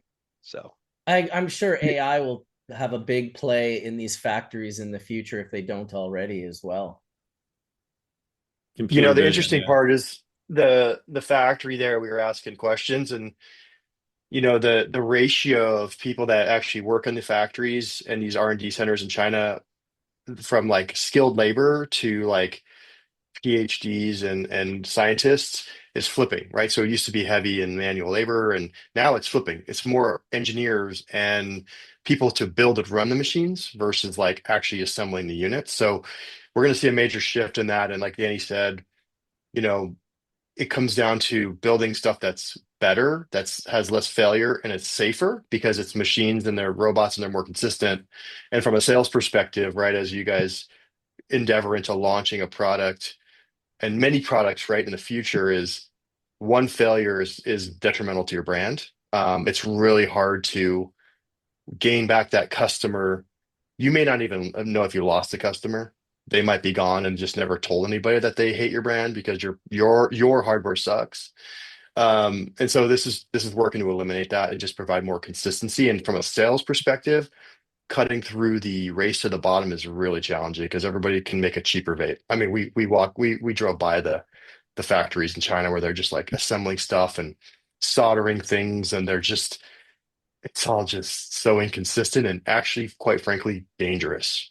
And From scary. a cartridge side is it's a little less dangerous, but you still have solder and you have all these things and cotton, and but then the all-in-one side, the batteries, the toxicity of the battery, and you're inhaling battery gas. That's when it's heating up. It's just people just don't know, right? And so we do a lot of work in tearing down products in our own lab after, and not our own products, competitor products, right? And just trying to understand what others are purchasing so we can position our products a little differently to show them the quality is worth paying literally 5 more cents for or 10 more cents for, because you're just not going to be inhaling dangerous gases or like you said earlier, Marcus, Bubbleman, solder. Where'd it go? Well, you inhaled it all. That's Fuck, you had no dude. idea, The right? first time It's I heard that, I disgusting. was like, oh, that's not good. Inhaling Yeah. like toxic, and I get it. Like it's the recreational market, and recreational drugs are not always safe, but cannabis can be. Let's not make a Mhm. safe recreational drug unsafe for no good reason Yeah. other than, well, I need to make more money off of it, you know? Absolutely. It needs to be safe. Like, I think that's something everybody on our team's super passionate about. Like, I spent Black Friday, which, it's a holiday for us, tearing apart devices. And just I was the only one in the Mhm. office, just tearing apart devices. And some of the stuff I was finding inside our competitor devices, and like, not to throw anyone under the bus, I'm not going to do that, but like silicone glue right by the atomizer. And Steven, I think I had sent you a picture of it, and I'm like, what is this? This is not safe, Yep. right? This looks like bathroom fucking Hmm. tile caulking. And it's getting heated up Yep. and it's off gassing. And Steven's like, yeah, that's like insane because there's a lot of units of that out in the market. And Well, it's and like, and the companies that know fuck. can't throw anyone under the bus, right? You have to protect them.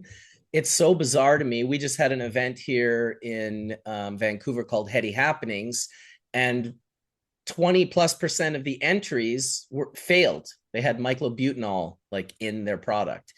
And right away, the guy's like, well, we're not going to mention, we don't want to throw anyone under the bus. It's like, no, no, no, throw them under the bus.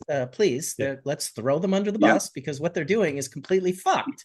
Why wouldn't we throw them under the bus? And I get Hmm. from your perspective, you're a vape company and it's bias and it's this and it's that. But who else is ripping these people's, to me, I was going to ask you guys actually, what goes into designing a truly great all-in-one device from scratch?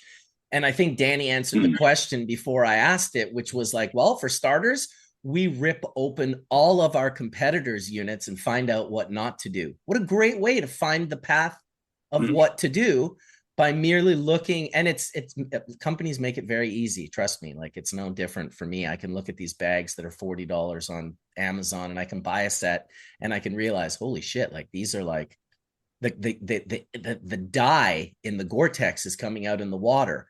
The screen is silk, not heat stamped polyethylene. It's the holes lose they start doing this after a while. They don't hold their hole anymore. So there's a lot of different ways.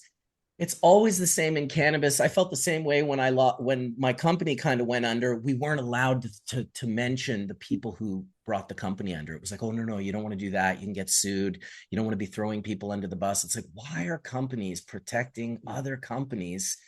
I guess because we're protecting ourselves. We don't want to get into it. We don't want to have the problem. But in my opinion, if a company is selling something utterly and completely toxic, or they're doing something that's toxic, it's not a bad idea to. It doesn't mean calling them out is going to destroy them. Maybe calling them out makes them do better. Maybe they're like, oh fuck, we didn't really realize. Then we got called out. It was a nightmare, but we just stood with it and we said, okay, we're going to listen to the words of the people who are calling us out, and we're going to find a better way, which is design a device that doesn't simultaneously poison the end user. And I get it. It's all bottom line. It's cheaper to use that caulking than it is to use the one that doesn't off gas. It's cheaper to use the battery that's off gassing. I understand the reason people do it. It's always a monetary reason. It just seems like something that should be known. I wish it was a monetary reason because that would make sense to me. But sometimes I crack open these vapes and I find like weird chemicals. I'm like, that's an expensive chemical. Why would they put that in there? It would be cheaper not to put that in there. And I think what it comes down to is stigma, where in a lot of engineers in China don't have a relation to this drug. And for them, they're just selling a device for druggies in America in their mind. And some of them have come here and have experience, and they understand that, no, this could be someone's mother who needs it for their arthritis. This could be someone who needs it for sleep. This is not a drug. This is a medicine. And they approach it differently. And we don't have to reinvent the wheel because all of these standards are already set for other industries. So if we're dealing with pharmaceutical standards and construction and quality, you're not going to deal with these health hazards. As soon as you start making it like a cell phone, you deal with these health hazards.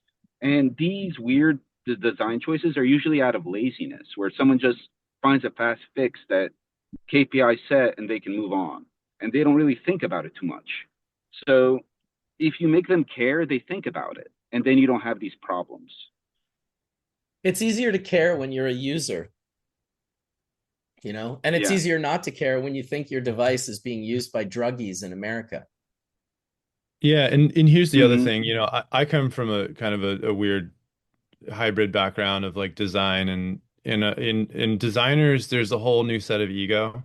I'll just openly say that, all you designers out there, there's a whole new set of ego that comes to the table when you're dealing with design, engineering components, the way you believe it should be because you're a designer and you've studied this and blah blah blah. They're just some user. There's a real wall that needs to be broken down, I think, between engineer, design, use case. And some companies can do it well. I think Mark and I saw that at PAX a little bit. We saw a glimpse of what could be. And I think that's what I've noticed is that we need a Dieter Rams of cannabis that can kind of come in and see what we need and really drive that forward. Because it's these are choices. Like these are, like you said, these are cognitive choices we're making. Just like we're as hash makers, we're still, there's a due process to get to that end final result, to have that beautiful volatile organic compound just blast you in the face and you take a dab of it and you're like, oh man, that's just everything.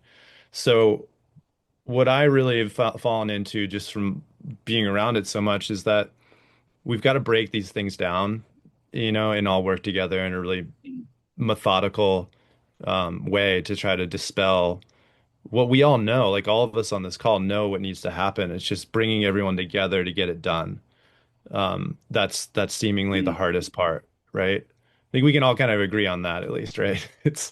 We have the right path, I think, right now. I think 5 years ago it was a little murky, but now it seems like factories, to your point, are getting to the point where there is efficacy. You still have to watch out. You don't want to walk in and see aluminum being dropped into, vats of acid that are then being attached to 510 thread carts, So it seems like there's a lot of those things happening. How do you guys deal with that on your end when you have a machine like C-Cell, so you're very fortunate to have the years of them already going through a lot of this stuff. But when you guys run up against challenges, what are some of the things that you see today that could be better from an efficacy point of view?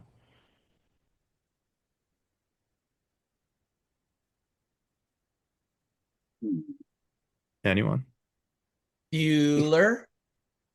Go ahead, Steven. Steven, you got this. Come on. I know there's something. Yeah. There's something you're holding it back. Yeah. Yeah, that's a tough one. All right. So I think we need to have more R&D in America, honestly. So Okay. it's impossible to really like what they have in China is incredible. They have incredible labs, incredible equipment, really brilliant people working really hard, but that's over there. And they don't have our media, and they don't have our variety of genetics and chemical diversity or material compatibility. They can't do that. It's So true. they need to bring that here. And what Mark and Danny said, we can't bring that here because that machine is too big. So that is the disconnect. So we need a way to be able to test these products either in China or bring the entire system to America at a much larger scale.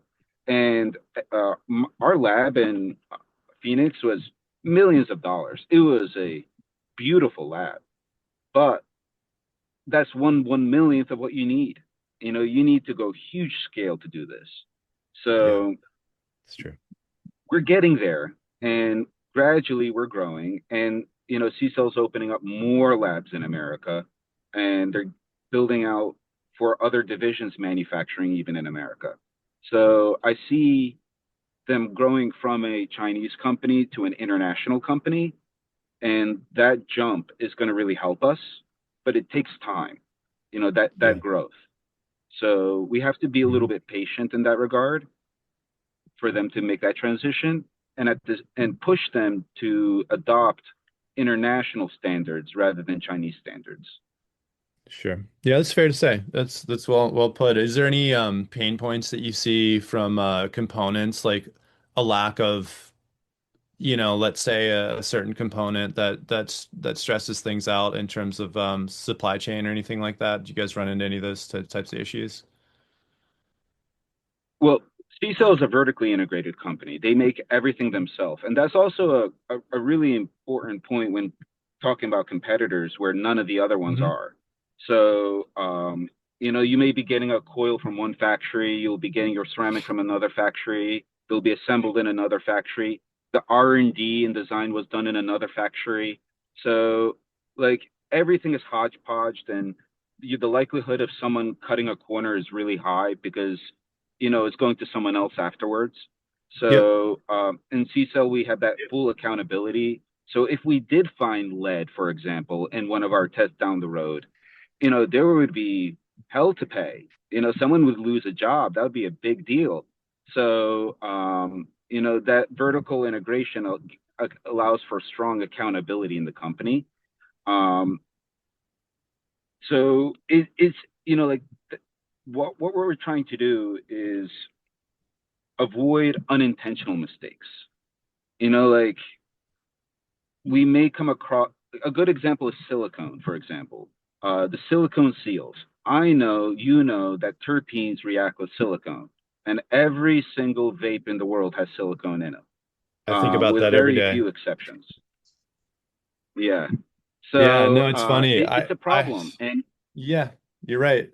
So, with that said, because I've thought about it, mm, is that a lack of material understanding? Just we could swap it out for this and not use that, or is that a deeper dive in I your mean, let personal? me ask you.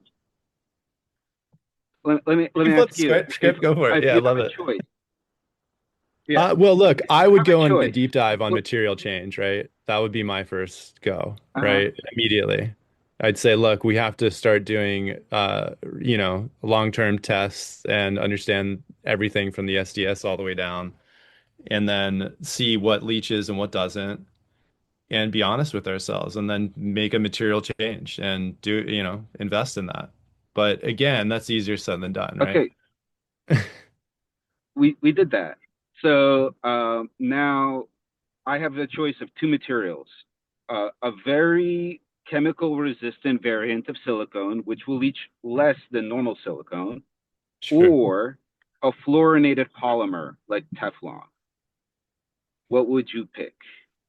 And like we're dealing with microplastics, permanent environmental damage, potentially, like the lesser of evils is really the question, right? It's yeah, like you know what I mean? Because yeah, it's that's the truth of it. What I think for the audience, what we're saying is they're both not great options, but one hmm versus the other, pound for pound, they're kind of the same in different ways. They're both pretty evil.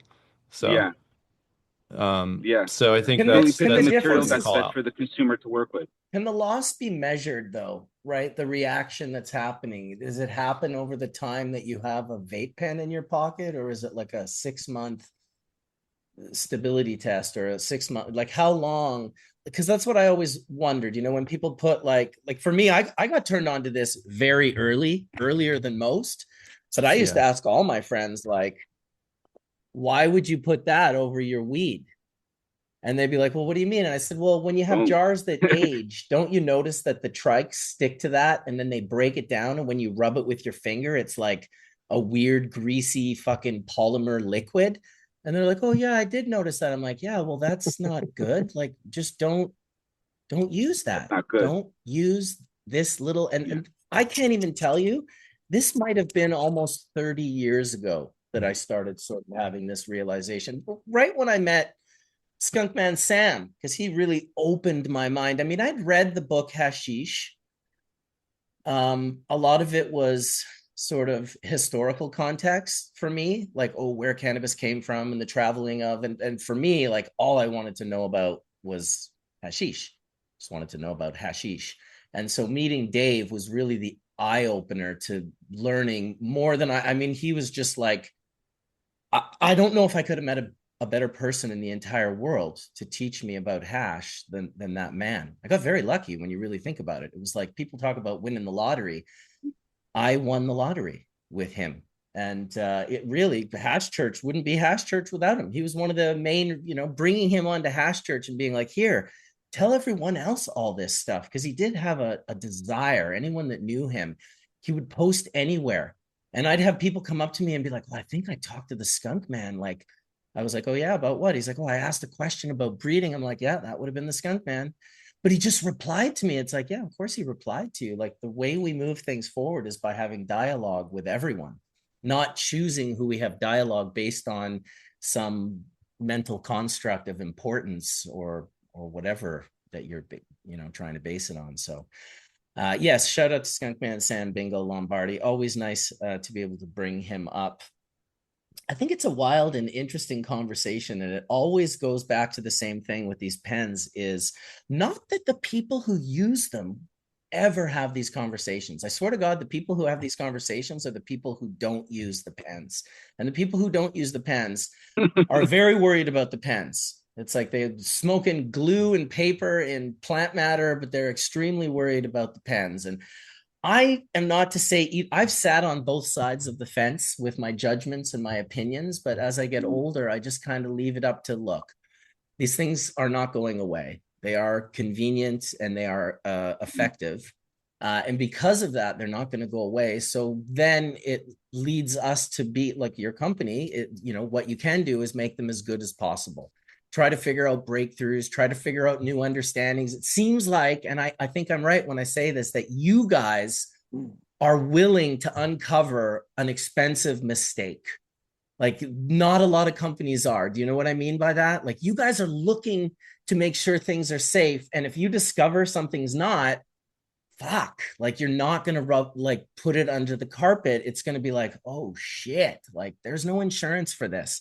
We just discovered something major and now we have to fix it. That's kind of one of the things I like about you guys. It's hard to have like a high level of consciousness or integrity, while selling vape hardware. Like I said, when I first met vape hardware people, like, you were the first people I ever met that sold vape. What, second, because that Gary guy was the same way. He just seemed intent on blowing off his own foot. He was just like, he was just going to find every bad thing that you could put in a vaporizer, expose it, and by the way, he had made a unit, and I don't think I have one anymore. Oh, this might be it. This is a company that copied his unit, but this is exactly what his unit looked like. It's a completely reusable over and over. This was years ago. His company went under since, but he ran 2 kilos of oil through this pen. He ran 2 kilos of oil through a pen. Savage. Like savage, bro, but Savage. high integrity, low profit. He just, do you know what I mean? And I like, how do we maintain an aspect of like, look, we have to, like, everyone has to get paid or the company goes under, we don't exist anymore. How do you measure the profit margins versus the, you know, because in the cannabis industry in particular, it seems to be like bad if you make profit. Like people are like, what do you mean you made profit? It's like, well, I put in 80 hours a week. Like I have to make profit, dude. Like, do you want to talk to my wife? She'll explain it to you. You know what I mean? Like, holy shit. All the married men smiled. I feel that. Hey, right? we're competing against 60-cent carts. I mean, dude, it's impossible. You don't want to know what's in those. Dude, I know. And I have people hit me up daily to tell me they have the 60-cent carts. I can get you 60-cent carts. Like, you don't need to be spending all that money. And I'm like, oh my God, dude, listen.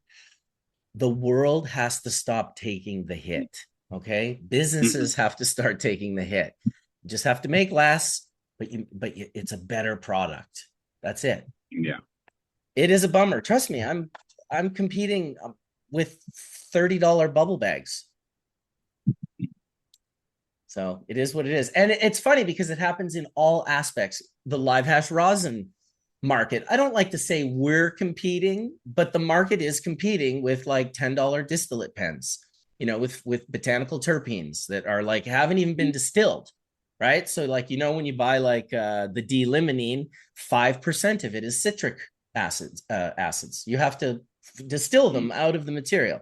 They're orange. Horatio and I went through this on a video we did years ago in his lab, the inner sanctum of Horatio Delbert. He was doing extracts with D-limonene, and they kept tasting like orange. And I was like, there's something going on, dude. And he just kept, you know, having these conversations with Dr. Mark, and he eventually figured out that if he distilled it, he could remove these contaminants out.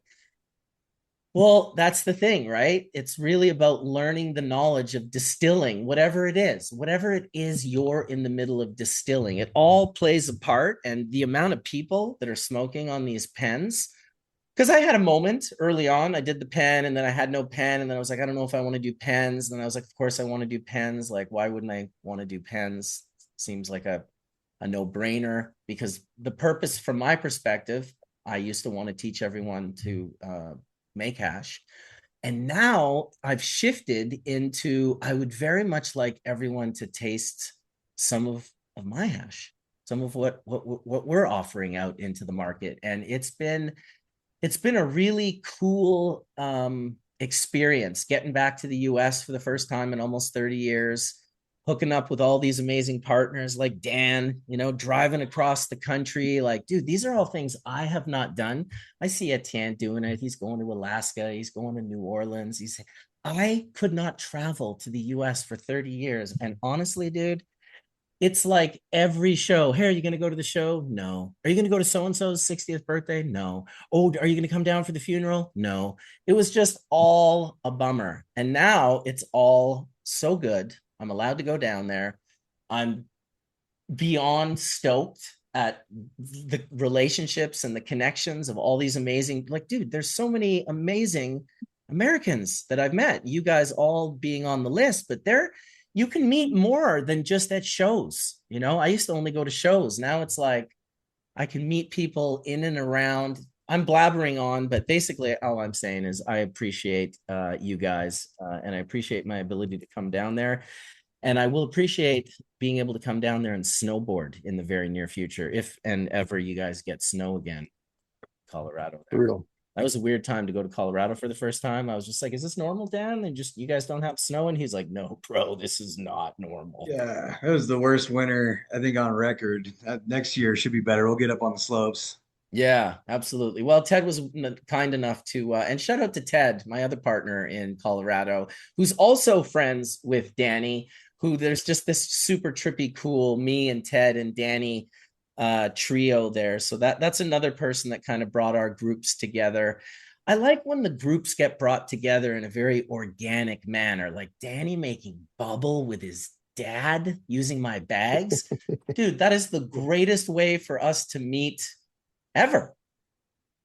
I mean, Absolutely. so cool, dude. So Yeah. cool. No, and the Ted story's rad too. I think I met Ted at the Gorge. We were at a Pretty Lights show, and he was hanging with some of my old buddies from Colorado. And next thing we know, we're talking about weed, and I flew out to St. Louis, and he had this nice little clandestine lab under his house in St. Louis, under his cabin, and and then we found out he knew you, and he's like, "Oh yeah, I'm talking to Mark." It's just like I love that the world and the energy. It just brings the good ones together, you know. Yeah, no, it really does. And Yeah. Ted is definitely one of the good ones. He's hilarious, just an absolute character of a guy. But I drove back from Moffat when I was down in south of Colorado. I drove back with him, and we ended up driving by all the big mountains like Keystone and Copperhead, and I don't know, there was like 5 of them that we drove by, and I was just like, yeah, I need to get back up here with my board and yeah, get on the plank. It's for me, it's my favorite thing in the whole world to do. More than my second favorite thing would be motorcycles, but snowboarding is my favorite. Like ripping down a mountain, just spraying powder, and all you can hear in the background is your nut bar friends going, woo! It's a woohoo day, we call it. It's a woohoo day. It So sounds like we need to get to Nelson, Bubbleman, and do a little cat mission. yeah, I think Yeah. so. My buddy's trying to get me up to, what is it? I All think it's in, phase. yeah, I think, yeah, it's actually, if you want me to send you the link, he's planning it right now, a cat trip up there. He went last year and said it was great. Or this year. Yeah, please. Danny and I would probably have to make a R&D journey. Dude, those are Yeah, we were important journeys. We could test the units. Steve's going to want to know how they work in snow and temperature and Hmm. elevation. And dude, we'll Yep. track all that shit. I'll put a little Have you, barometer on it, manometer. There you go. Mountain vape. Someone asked earlier, can you take that thing up to 12,500 feet and spend the day on the mountain? It's like, I don't know, but I am sure going to try. have you guys tested filling carts at different elevations? Like you were saying, you were doing your R&D down in Humboldt. Have you guys done any R&D at higher elevations? I have not, but I wouldn't be surprised if they did some stuff in a chamber in China, but Hmm. not here, not in America. I will say, from going out to Colorado, it opened up my mind in regards to hash making, because it's so dry there, like incredibly dry.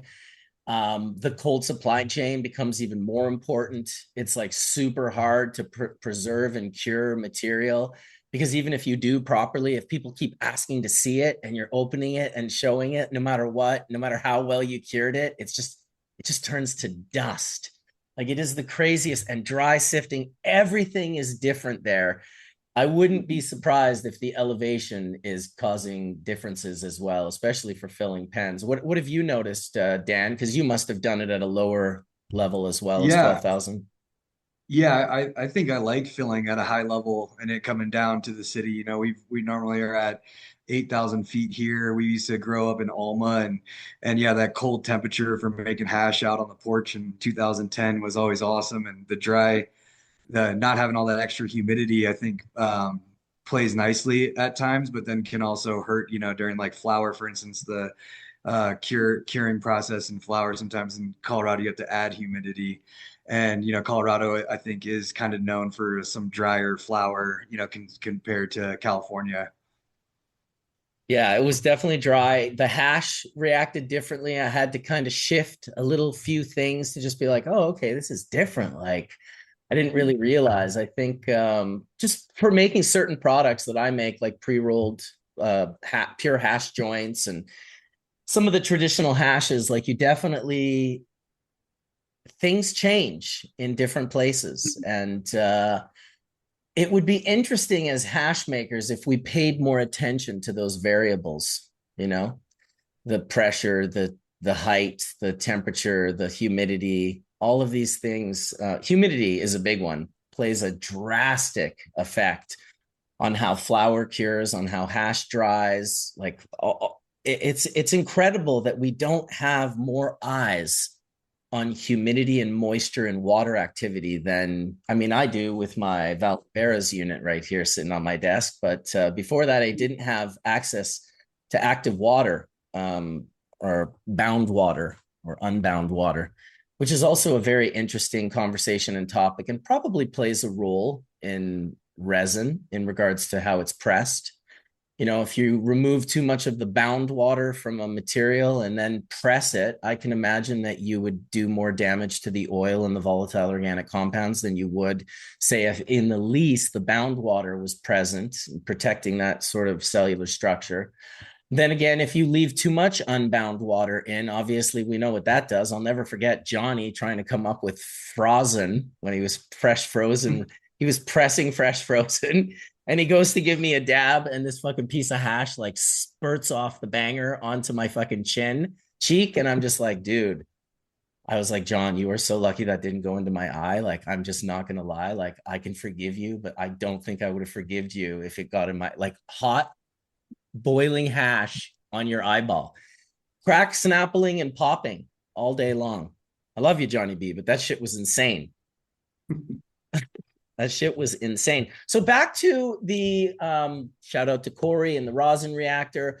What do you guys, are you just telling your customers you should check out the rosin reactor or the Pelle Pore, or how are you suggesting people decarb their oil, if you are at all, for filling different carts? Do you guys have different SOPs, or is it just kind of like, it's not in our, we don't have to deal with that. People can just do whatever they want.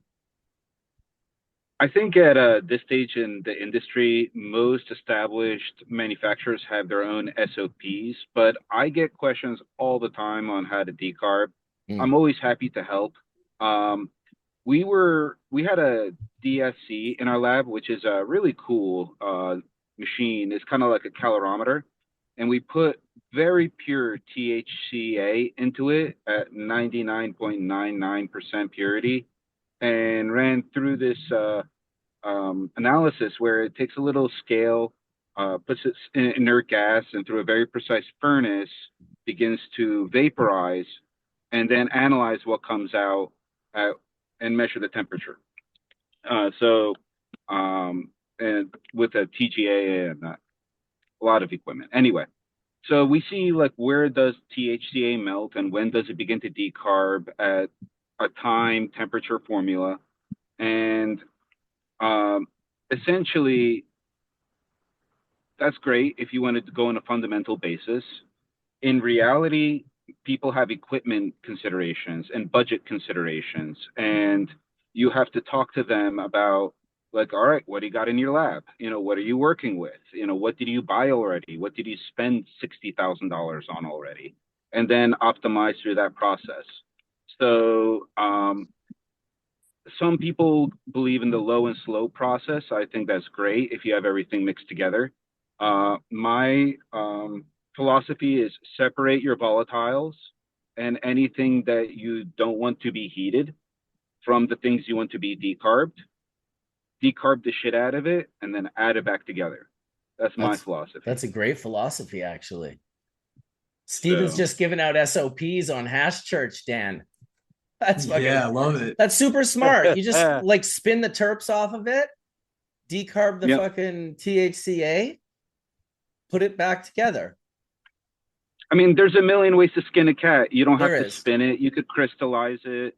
I mean, all sorts of different things you can do. Yeah. But the reason I asked the question is because it seems like it's so important that the more people get decarbing right, the more your product works the way it was designed to work. You know, like if you're putting like 80% decarbed or even 90, but getting microscopic crystallization of THC, fogging out the cart and thickening up the oil and slowing down the combustion, it just doesn't, like, you want people to use your product the right way. And it seems like decarb, I see the CannaBrand Solutions, because you're a solutions company, the decarb solutions. And it's based exactly on what you just said. It's based on, tell us what you're working with. What did you just spend 60 grand? If not, it's like, here, this is one of the cheapest ways you can do it. You know, the Pele Pore, it's about 5 grand. It's a pretty affordable way to decarb rosin. You know, I'm sure there's other varieties that you guys could come up with, just because it seems like it would be a nice little, here you go, customers, like, don't do this wrong, because if you do, our product will not appear to be working as well as it was designed to work. For sure. For sure. That's exactly what we're trying to do. And we will help any customers who ask, you know, any recommendations on decarb. It's a very sensitive issue. A lot of customers really care about their SOPs and don't want to change their media. They're very, you know, sensitive to their products, and the customers are receptive to that product. And once I start telling people how to do their product, you know, where does the uniqueness of their product come into play? Well, you don't have to tell them as much as just, this is just an offering that comes with our product. By all means, decarb however you want.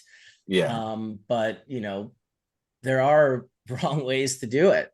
Whether people want to be sensitive about that or not, I don't care. It's just like, dude, if you're doing it wrong, here's the thing with my SOPs. I always want to make them better.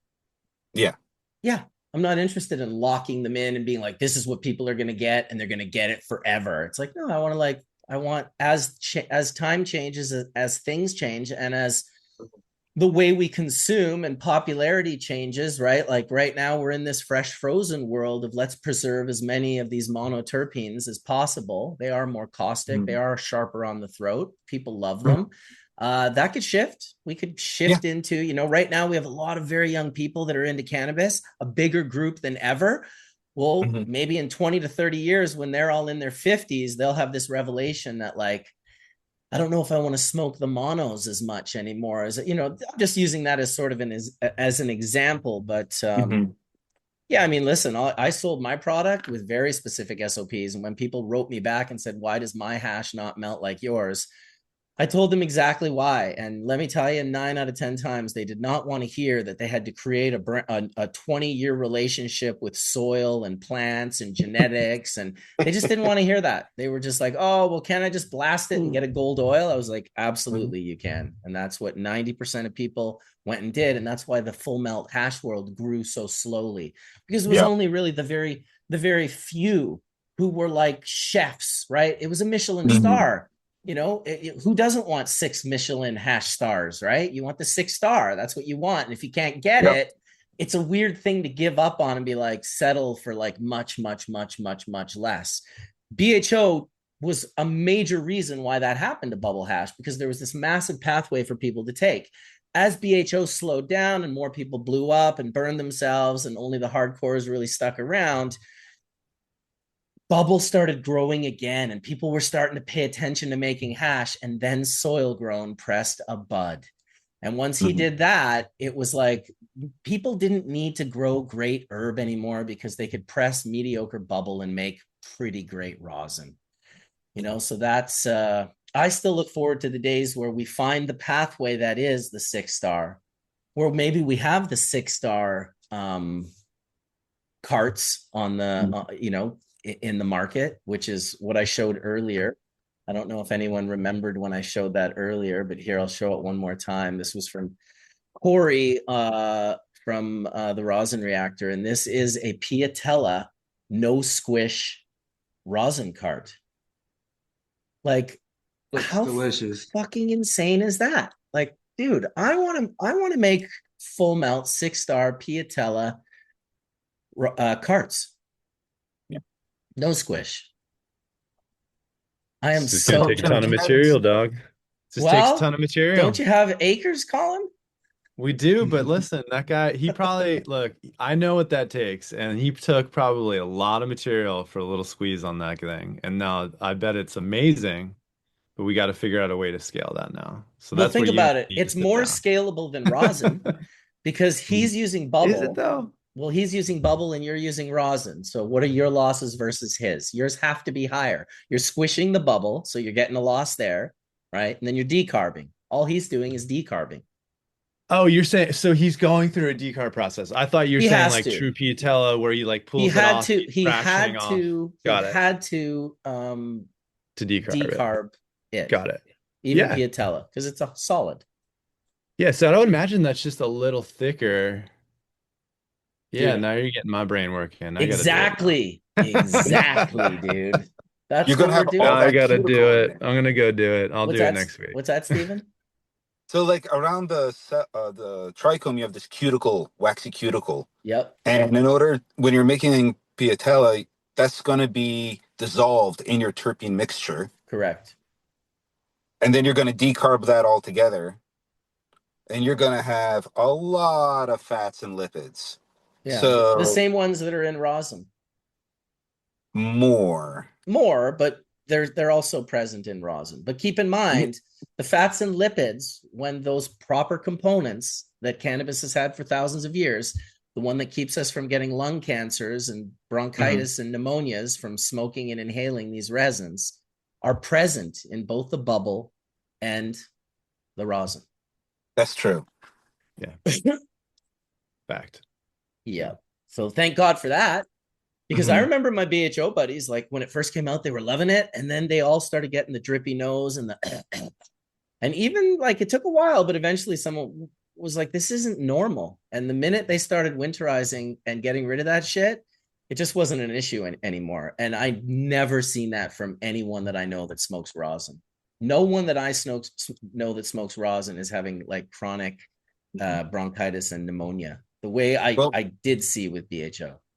I think the big problem with BHO was CRC, and a lot of people CRC incorrectly, and they're Correct. imparting silica particles into their media, which we're then inhaling in small amounts, or other weird chemical contingents that are getting into it through activated Well, media. that came way after. This is early days when no one even knew. But you're right. And Jorge from Chemtech came on here and did a very good little conversation on CRC and how, you know, to use it right is to use very little of it. It's like you just want to. He's like, we didn't want to get rid of the colors. We just wanted to like just remove this layer. Yeah. And people just went crazy and was like, we want that white. It's like, okay, holy shit. Yeah. It's And you can CRC safely, but a lot of people don't.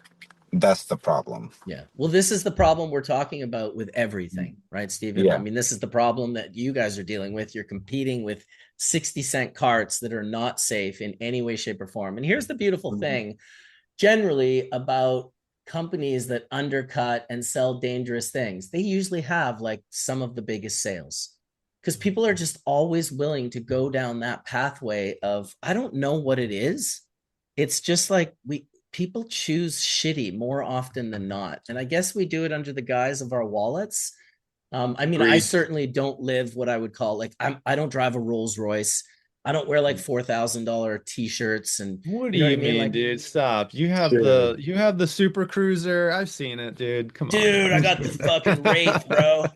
No, but you know what I mean? Like for the most part, I'm in the mediocre. I'm like not like I'm good with the mediocre. I'm good with like a $40 cap. Like this is perfect for me. At the same time, I want 6-star and I want higher quality when it comes to smoking. Cannabis has this very strange, unique way of getting into our minds and making sure, at least some of us, you know, and I'm sure we're a small percentage compared to the masses that use cannabis, which is probably why brickweed was so popular for so long. It probably still would be today if it came on the market. Probably people would be like, yeah, this is great. I'm fine with this. I'm just rolling it in a huge, thick export green rolling paper that's like cardboard. Oh my goodness. Anyway, I mean, there's people who drink Folgers. There's people, That's it. There's always levels. So, you know, I find, and I don't know if you guys find this, because are you able to fuel the entire market? Are you guys like, you've got your podium products that you want to make, but you also are making products for distillate carts and whatever cart that people want to put in? You guys are just trying to make the sort of best version of each of those grades, correct? Yeah, Correct. yeah, for sure. Yeah. I think it's a good way because what I notice about any market is that swag is always the biggest aspect of the market. And it's like the easiest part to make better. And so for a while, I was locked into this, I can only have the top podium product. And then I realized, well, no, I want to make sure that I get hash to all the different groups, like people that are like newbies that are just starting to smoke and only want to spend like $10 versus people that are like, I'll drop $60 on a gram of full melt or whatever. I want to be able to sell hash to all those different groups. The harder group is the top group, the lower group, because they're getting sold such crap. I find, and maybe you guys do as well, it's easier to make that product better. Not the best by any means, because they're not choosing the $3 or whatever cart, but the one that's the most affordable for them, that's still much better than what's, currently on the market. I mean, how much innovation can you put into a cart like that's $1 or less? That's what I'm saying. Then you start cutting corners on the manufacturing, the materials. It gets real dirty, and the facilities are just not clean. I mean, when you walk into our factory, we're like wearing full suits, clean rooms. That's not happening in most facilities there. So it's all about cutting the corners on all aspects of the manufacturing, not just the materials. Well, that's how it makes it more affordable, right? So I totally get that.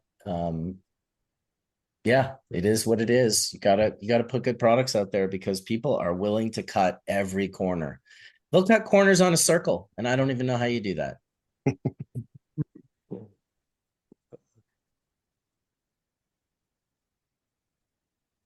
Well, we've been going for a couple of hours, just over 2 hours here on our season 12 episode. We talked a little bit about snowboarding, talked a lot about vape pens, a little bit about the Bubbleman brand, which is what we're doing with Dan in Colorado and in New Mexico, and maybe Massachusetts soon. We'll see how that works out. But yeah, we're definitely excited to be releasing the all-in-one, the Vision Box with from CannaBrand Solutions. I love mine when I'm there. I'm always stoked to get another one. I guess what I really got to do is get some in Canada so I can fill my own and like have my own here in Canada. Because I will say in Canada, I am vape penless. I don't have like a vape pen in Canada. Is that not a crime? We can fix that. We'll send you some of the branded ones. Oh, that's what's up. Yeah, then I can just like drop my own. I just got like some big jars. Just drop that right in there. I'm like 3-hour drive from your spot in Lions Bay. So I know I got to come down and visit you guys. And vice versa. You guys should come up here, but I definitely need to drive over the border. I haven't done that yet. I've just been flying. I need to, drive over and open that up to my mind to realize that I could just like be driving down anytime I want, which is pretty cool. I want to go see Logan in Wenatchee as well, which I think is about maybe 5+ hours away. Yeah. Wenatchee. What about Wenatchee? Wenatchee Patachi? No. Oregon. Oregon. Yeah. No. Yeah. Washington. Really? Washing machine. Well, listen, if you think that's good, my wife used to take the train up to Prince George like 3 days a week. It was like a 15-hour train ride each way. And she'd stop in a place just north of Whistler called Lillooet. And she had an American dude on there, and he went between the carts outside, and he was smoking a butt. And my wife caught him, and she's like, "Hey, man, you can't do that." And he was very upset, and he said, "Are you trying to tell me I can't smoke till Lillooet?" And so he renamed Lillooet forever for all of me and all my friends. We all call it Lillooet now. It's the greatest mispronunciation of a city or place that I have personally ever heard in my life. And he was so mad when he said it, apparently it made it even funnier. My wife burst out laughing. So shout out to her for mocking the Lillooet passenger. What's everyone puffing on? I don't see you guys puffing on much. You got some pens filled with something? Got a couple. Okay, wow, you got some big fancy ones. How big is that? What did you? Ooh. Got some grapes and cream. Got some super boof and AIO. It's going to New York. I got some bubble up full melt bubble. I got some jet lag. Oh, damn, that's good. That's the good stuff. Yeah. Got some of Yeah. that myself. Yeah, you just got back as well, Etienne, not from China, but from Austria and Italy. Italy. Yeah, I just came back, was in Milan yesterday. So yeah, opposite sides of the world, Mark. Etienne was Woo. Yeah. convincing the world not to execute people for cannabis in some countries that they still like to do that in. So Etienne's Yeah, and always fighting the good fight. Kevin Sabet and the boys were out and playing, so we had to go play opposite side of the field there and kick their ass. So, it's what we do. Dude, good for you. I can't believe you saw that guy. That guy is like devoid of reality. He's just is not living Oh no, in. no, no, no, dude. We saw him on the tram, and the look in his face was, "Oh shit, we're off campus." And I just stood there at the doorway and just looked at him, just took pictures of him and just looked at him like the bitch that he is. It was just, oh, it's just, yeah, yeah, yeah. Anyway. Yeah, he was fucking with my boys too. He was winking at one of my guys. I almost had to go to the UN and be like, "Hey, look, we have nothing against same-sex marriages, but your boy keeps winking at my guy here, and if he needs to either put up or shut up, don't tease my boy."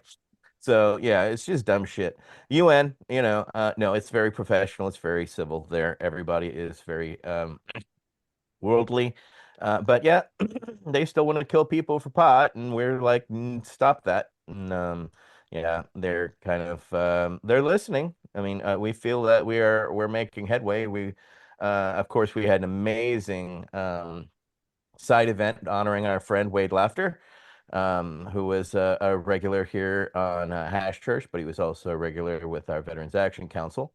And yeah, people, the writing our friend Derek Bergman from the OC in the Netherlands did a write up because he was there and he said there wasn't a dry eye in the house when Forrest was showing, the videos and pictures of those butterfly children. Now, even those jazz pharmaceutical people in the corner were all tearing up. I mean, because they talk the talk about CBD, and it's another thing to actually see what is done and what is needed. And they seemed rather humbled and human in the situation, but that's why we did it. We did it to honor a friend. Um, when we brought Monica over and Forrest presentation. Let me tell you, ooh, devastating to non-believers or anybody who doesn't believe in the aspect of medical cannabis. You cannot look at those videos and see those children and see the effect and the before and after and hold your shit together.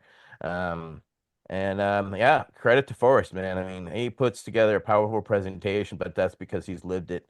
He has had to raise his child and this was the first time he was out of the country in 18 years, folks, since he's had his child. So we were very honored to have him and gave him and Monica the chance to go enjoy Vienna where they could. But Forrest is like, where do you need me? And he was there walking the halls, talking the talk, educating various people to the point where uh, for some historical context here, the side events that are hosted at the United Nations are usually midweek. For some reasons, ours was put as the last on Friday. Well, most of the events are done Monday through Thursday, so there's very few people at the UN for the CND, except major diplomats, etc. And I literally said to our people, "I bet you we have maybe what 5 people in our room." Boy, was I very wrong. It was packed. Every seat was filled.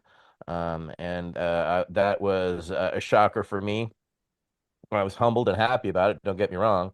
But at the same time, we were navigating of course, the room that we were in, the camera was out. So we had to literally figure out our whole Zoom thing on the fly, which we did.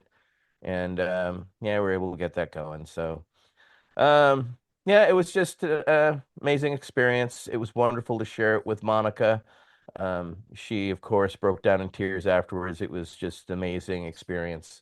And sounds from people who were there, it came through that way. And we didn't intend it that way, but we were humbled that it came out, wonderfully. And more than anything, we were happy to honor and enshrine our friend in the UN forever. So That's the best we could hope for. And it took us 8 months of planning to do it.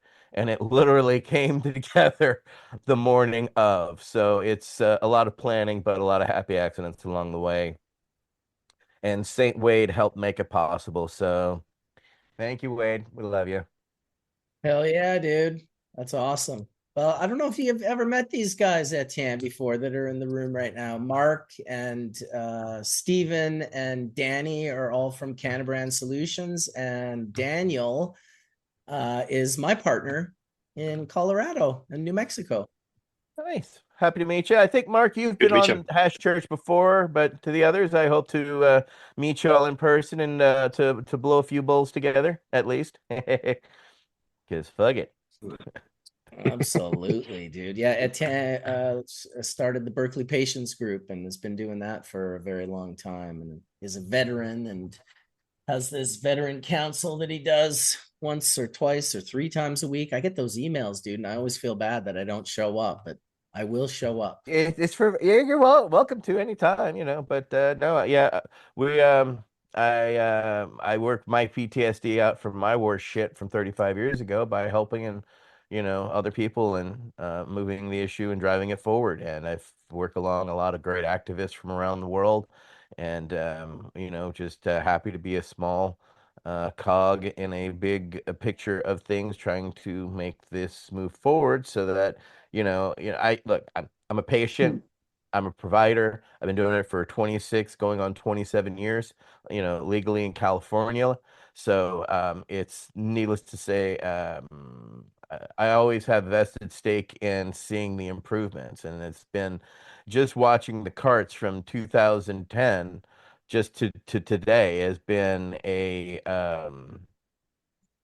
learning curve from producers, patients, and providers all in all, right? Because it started off with, questionable technology, right? From the old cotton and, fusings and trying to figure out ways to then peg and other type of lubricants to until we figured out that you could actually use, the terpenes in certain percentages to lubricate so it would actually work in these pens. But you guys struggle. You deal with these pens come from, 2 factories in China. So you struggle with, maybe not anymore. They educated us a little bit. Apparently apparently things are changing a little bit, but yeah, these guys fucking better. I mean, it's been shitty. I mean, because my point was, how do you craft such a great product to put it in such a shitty delivery method? No offense to anybody, but I mean, when you look at the technology, we've been stuck on this technological kind of treadmill for a while of what you could put into to make it work, right? As opposed to you starting with something and crafting it from the beginning. It's exactly what Steven said today. Steven literally said you have to craft it around the oil. Yeah. So that's where these guys are coming from. Good. Fuck yeah, because the technology, I mean, it's been sucky because we in North America don't have the technological production or haven't had in the past. It has been classically, limited to the China. And of course, that led us to a whole series of, having to go through different educational campaigns, right? To let people know that, those pens with a hole in the center you don't want to get because you're inhaling and off gassing the all the other stuff that you don't want to actually be inhaling, right? So this is part of where we have had to, as the, consumer patient as well as the provider, educate the consumer so that they don't do harm, right? Because we're dealing with patients and we're looking at harm reduction. And so what's your long-term goals then, looking at harm reduction to finally arrive at a tool that you can finally feel 100% that you could believe in? Does that even exist right now? Yeah.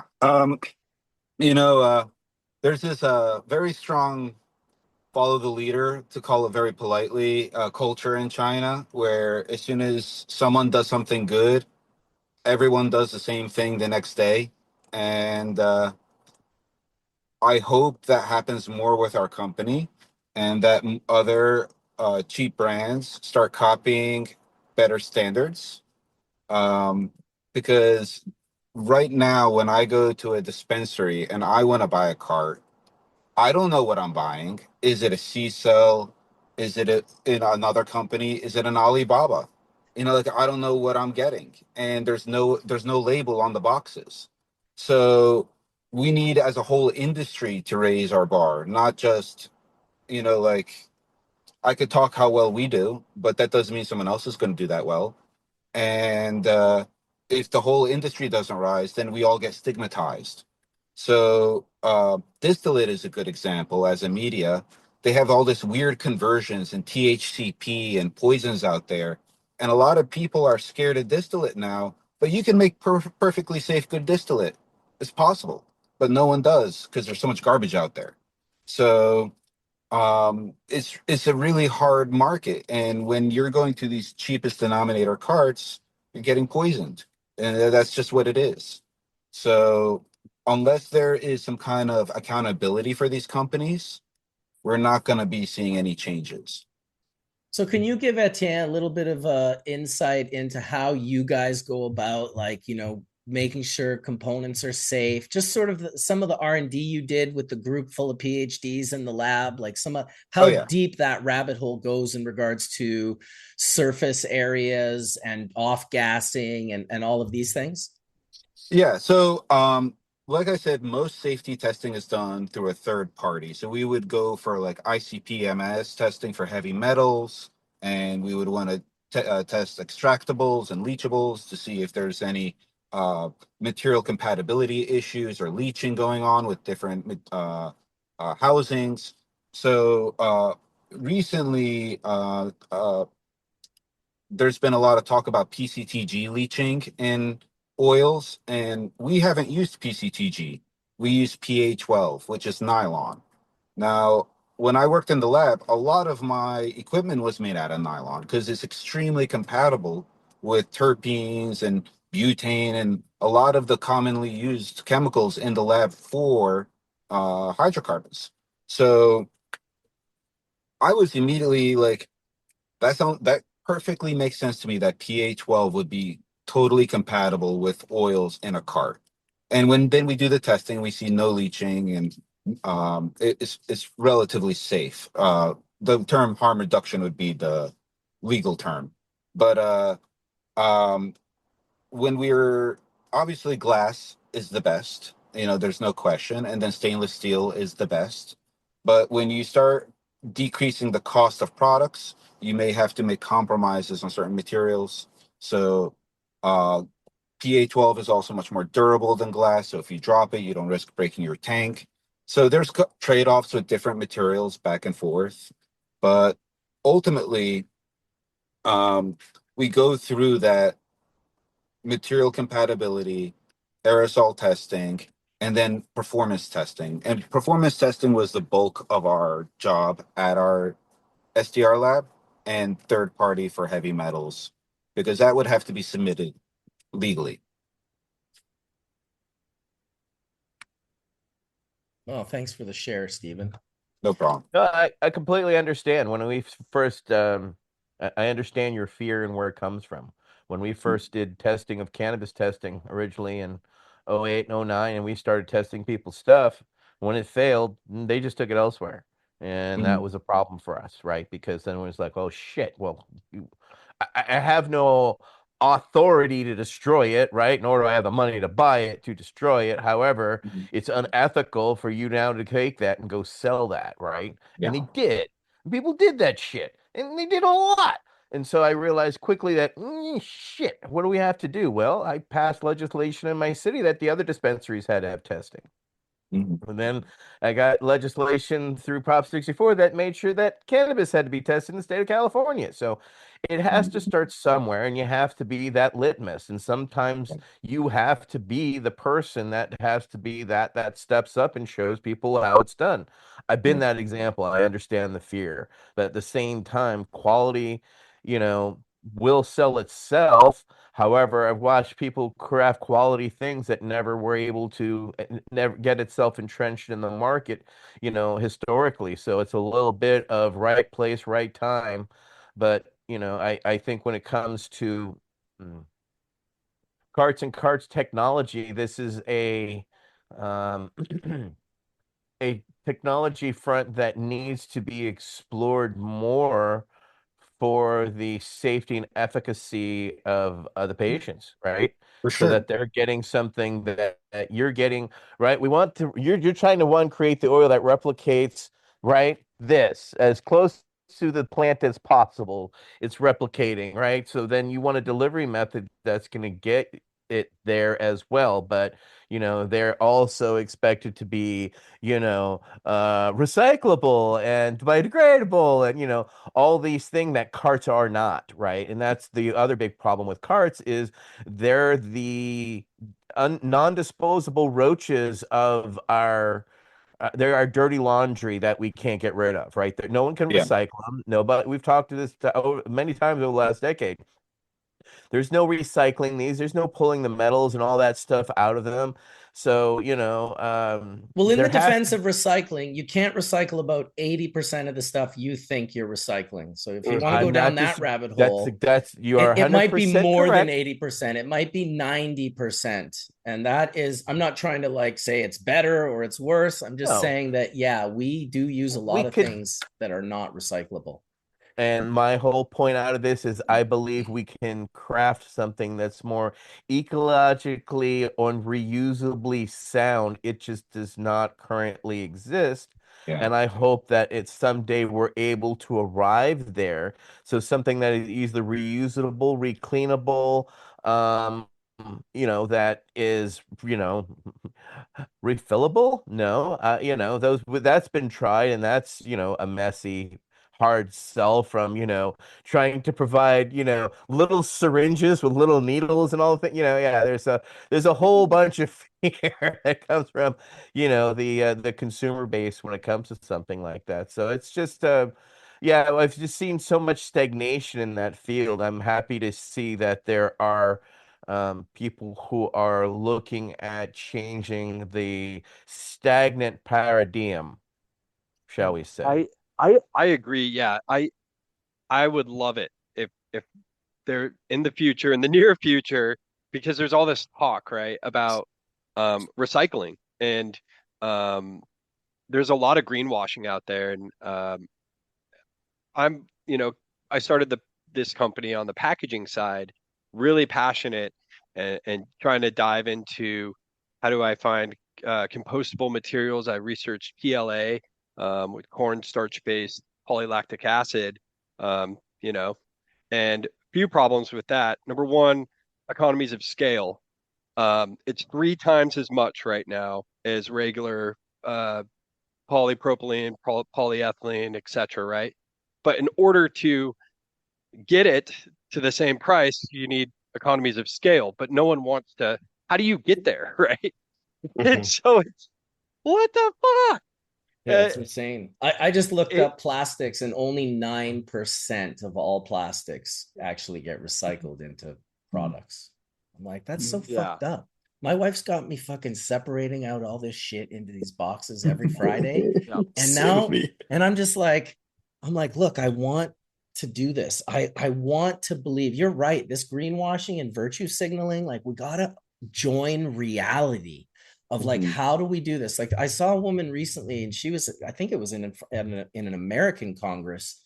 And she was like, we got to get rid of plastics. And the guy just decimated her. He was like, really? Like, what about your plastic eyelashes and your plastic phone case and your plastic clothes and your plastic hair extensions and and he just kept going on. And she couldn't deny any of it. She's like, holy shit. Your plastic water bottle. Oh no. She said, oh no, her water bottle was glass, but her top was plastic. And then he asked her what she thought the pipes were made of that brought the water from in the building to the tap that she got the water from. And it was just all plastic. It's kind of like the petrochemical thing. Like we need to get away from petrochemicals. I'm not a bad person in the sense that I love the idea of moving in the right direction. What I don't like the idea of, particularly since COVID, when people blew this virtue signaling up to a new level where they decided to police me and tell me I had to wear a mask and get a fucking vaccine that never actually worked. I just lost my shit on all of it to the point where now I'm like, I'd like to be able to do the right thing, but I'd want to follow what the right thing really is versus someone's version of it who might be virtue signaling more than they really care about whatever. Because, it is a big problem here. I don't see anyone doing anything about it for the recycling thing. Nobody cares. The plastic, it just all gets burned in some other country or it goes into a landfill.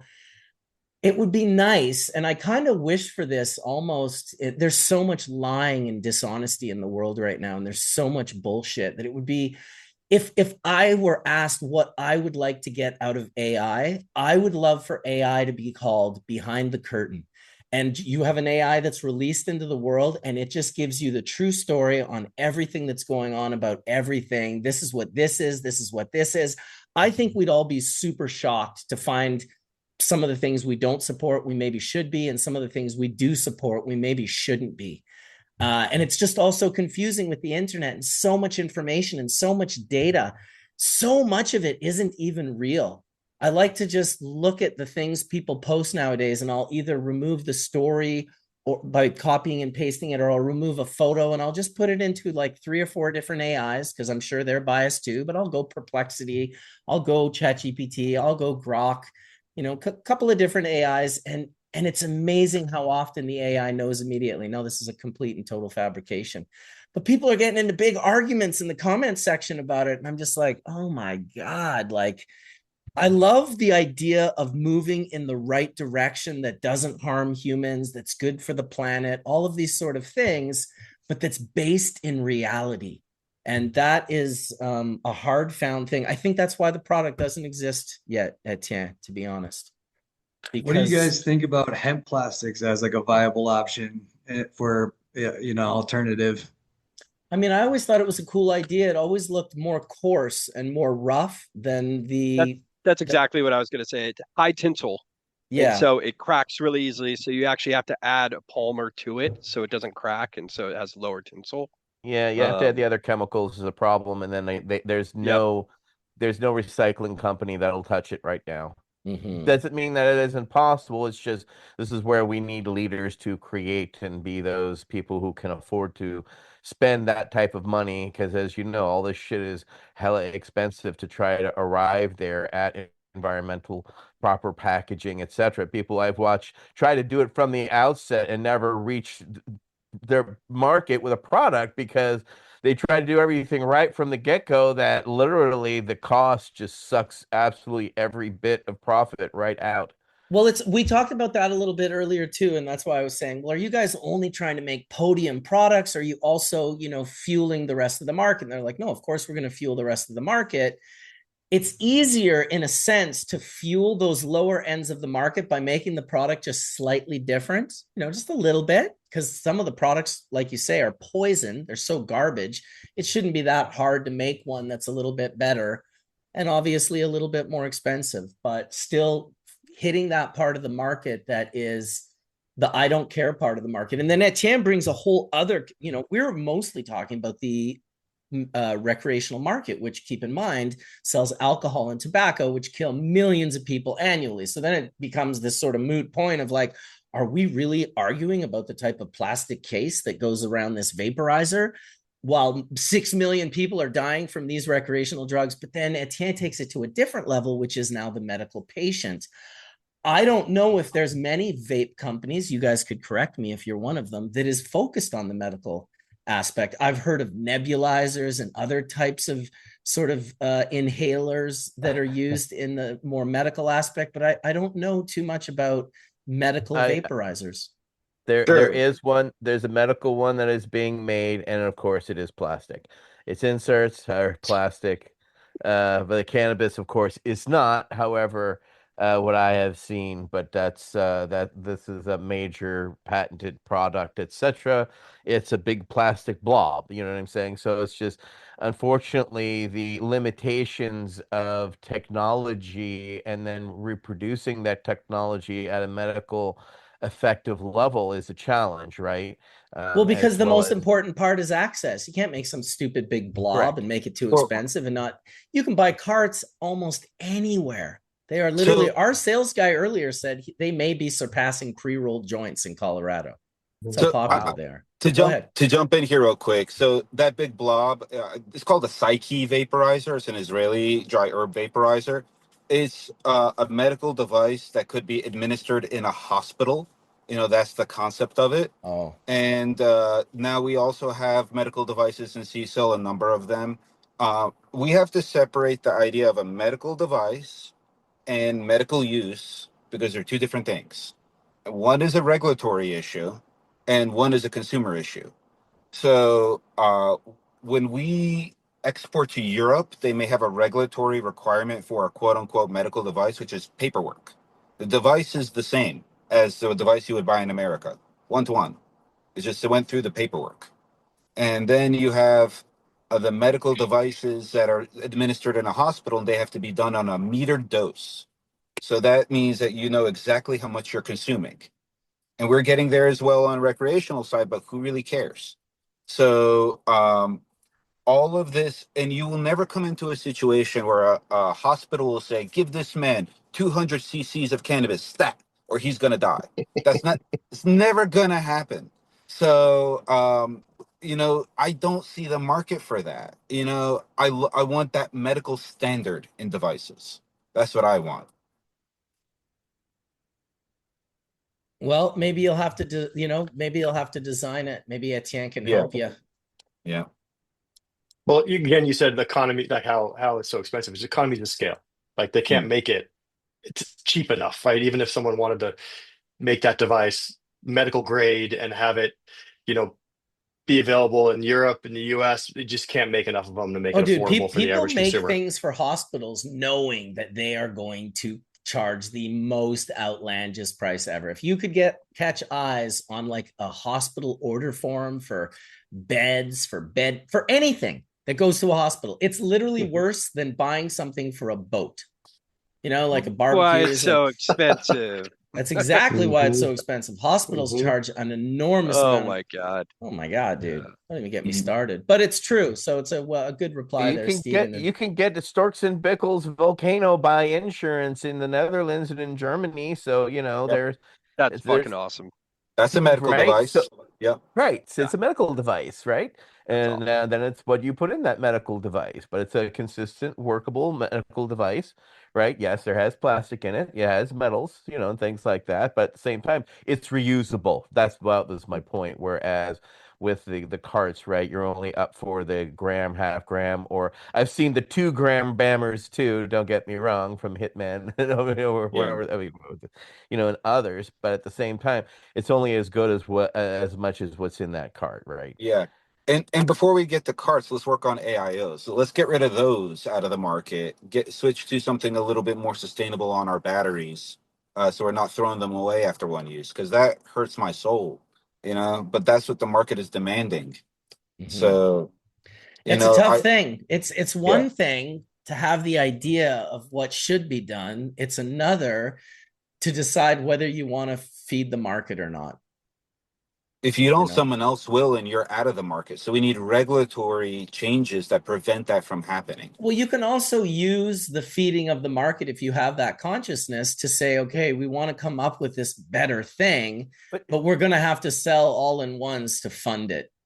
but who's regulating it? And that's is the thing of what you should consider is then if there are no regulators, then create the oversight organization that it should be, that you want it to be. That's what we did with the NCIA and others, and this is where kind of greatness gets hoisted upon you, and you have to kind of set the standards for everybody to come to the table, right? So do Mm-hmm. so. Create that organization so that others come and will believe. Otherwise, well, as you said, we're all then reliant on whatever everybody follows to do. But if you then set the standards, the government doesn't regulate emergency rooms. There's an organization that writes the standards for those emergency rooms to be followed that the government says you should follow. You see Yeah. what I'm saying? The government's not going to regulate it. There is no one else to come and save us, is what I'm saying. And if you know how to save us, then fucking you're the Superman. You have the cape, the S is on your chest. Then rally Gotham around you, is what I'm saying. You see what I'm saying? Mm-hmm. Yeah. But And actually, Steven, go ahead. Go ahead. I was going to say, going back to what you were saying, Marcus, earlier on like calling people out, right? Um, Steven and I were talking about this, about, the silicone glue that's next to this. I pulled apart these devices. I'm like, this is bullshit. But I don't want to call the people out. And Steven and I were discussing this, like, how do we call them out? And Steven brought up a good point. And like, there are these organizations on the vape side of all these vape manufacturers. It's called Vape Safer. And they're saying, hey, we've started this committee, but then there's a little conflict of interest and a little bias, right? And a few of and so what me and Steven were talking about is like, how do we find a third party? They're not connected to us, and we say hire them somehow and say, hey, even check our devices. We don't care, but check everyone's. Give us honest feedback. We're not a part of this. We're not paying. So that, yeah, that would be like the golden ticket, I think. What do you, Steven? That's kind of what we were talking about, right? Yeah, it needs some kind of third party oversight, and it doesn't have to be government. Like right now, I know I have a friend, Mr. Darwin Millard. He's working with the ASTM over here in America, and he's working really hard to write standards. I wish I was more involved in the organization, but it's kind of difficult to find time. But Oh, no. But you yeah, can write the standards for what you do and what you see, and what you see needs to be clean. You see what I'm for saying? So sure. you can create the standards, and then what you do is then you get others to sign on to that standard. You call contact the other companies, etc., and then you circulate it, and you have a call to Jesus moment, or what we would regular organizations, you would basically just bring in a stakeholders discussion and have everybody agree to these simple things. This shit's bad. This shit's good. This is cool. This isn't. Fuck this. We're cool with this. Everybody cool with this? And everybody sign on. And then you go out and you push that and you show that, and then or rally around it. You create an organization around it. You write articles around it, white papers, and circulate it so that there are people who will hold your feet to the fire and hold the standards. Otherwise, there's nobody to hold you to the standards. There's nobody to Yeah. hold anyone to any standards if there are no Well, standards set how to do you hold. do it at BPG, Etienne? Do you just not sell vape carts? You guys just don't sell carts there? No, I sell vape carts, but at the same time, everything that comes through my store is tested. Like You the see what I'm carts saying? themselves or just the oil? The oils themselves. I can But only how do go you with the know delivery if the method carts are safe? You're holding because these the state guys' has feet to the decided that fire, is so. but you're selling carts at your shop. Yes, but the state has decided that these are legal selling standards that are available, and these are the standards that are there. So therefore, I conform to the standards that the state has set. They're not bringing, 5-gallon containers of oil. No, they're putting them in these carts, and that's what they have decided they are the delivery methods. Right now, do I want to see do better? Yes. Do I get faulty fails all the time from people? Absolutely. Do I have a recourse, behind that? Yes, I can then exchange those carts for other carts from my distributor, manufacturer, etc. Mm, Right? So, okay. there is a pathway for this industrial methodology. However, I'm not satisfied with this industrial methodology, or am I satisfied with the system as a whole? It's why when there were holes in the batteries, I chose to educate my consumers about what that hole in that battery was doing, that you were therefore inhaling and off-gassing. And then I made the decision, Marcus, not to carry those batteries. Well, I would think so. Right, because now I was educated and knew better, right? But I know many people who didn't and choose not to and chose to still sell those things and Well, do that. because you're a patients group and they're selling recreationally in a And market where that's alcohol exactly and it, because tobacco we're is patients sold. setting a standard, I right? The get it. same way that In a these guys are market, setting a standard for what they want to see for. So sure. we But do you we think the set our odd person who standards. buys low-end vape carts gives a fuck about white papers and standards, or do you think they're just buying out of convenience? It's large percentage latter, it's small percentage the prior. I You think know, so there are too. educated consumers who see that what their methodologies and accessibility are. There are people who choose to, you know, use this over these, right?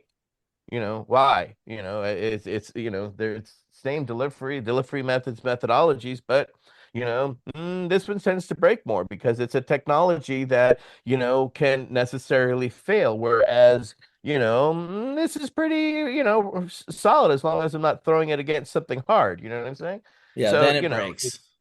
I right, mean, even in the that break, recreational space, you're talking to bud tenders, right? right. They're selling out of their pockets. They got 20 bucks, they want a gram of oil, they're gonna get the cheapest cart for 20 bucks. I mean, I live in Oregon, right? The reality is 20, 30 bucks gets you a cheap gram. They're not asking questions. They don't care about the solder and the heavy metals that are leaching off into the oil because it's been sitting in the tank for 6 months in some warehouse somewhere.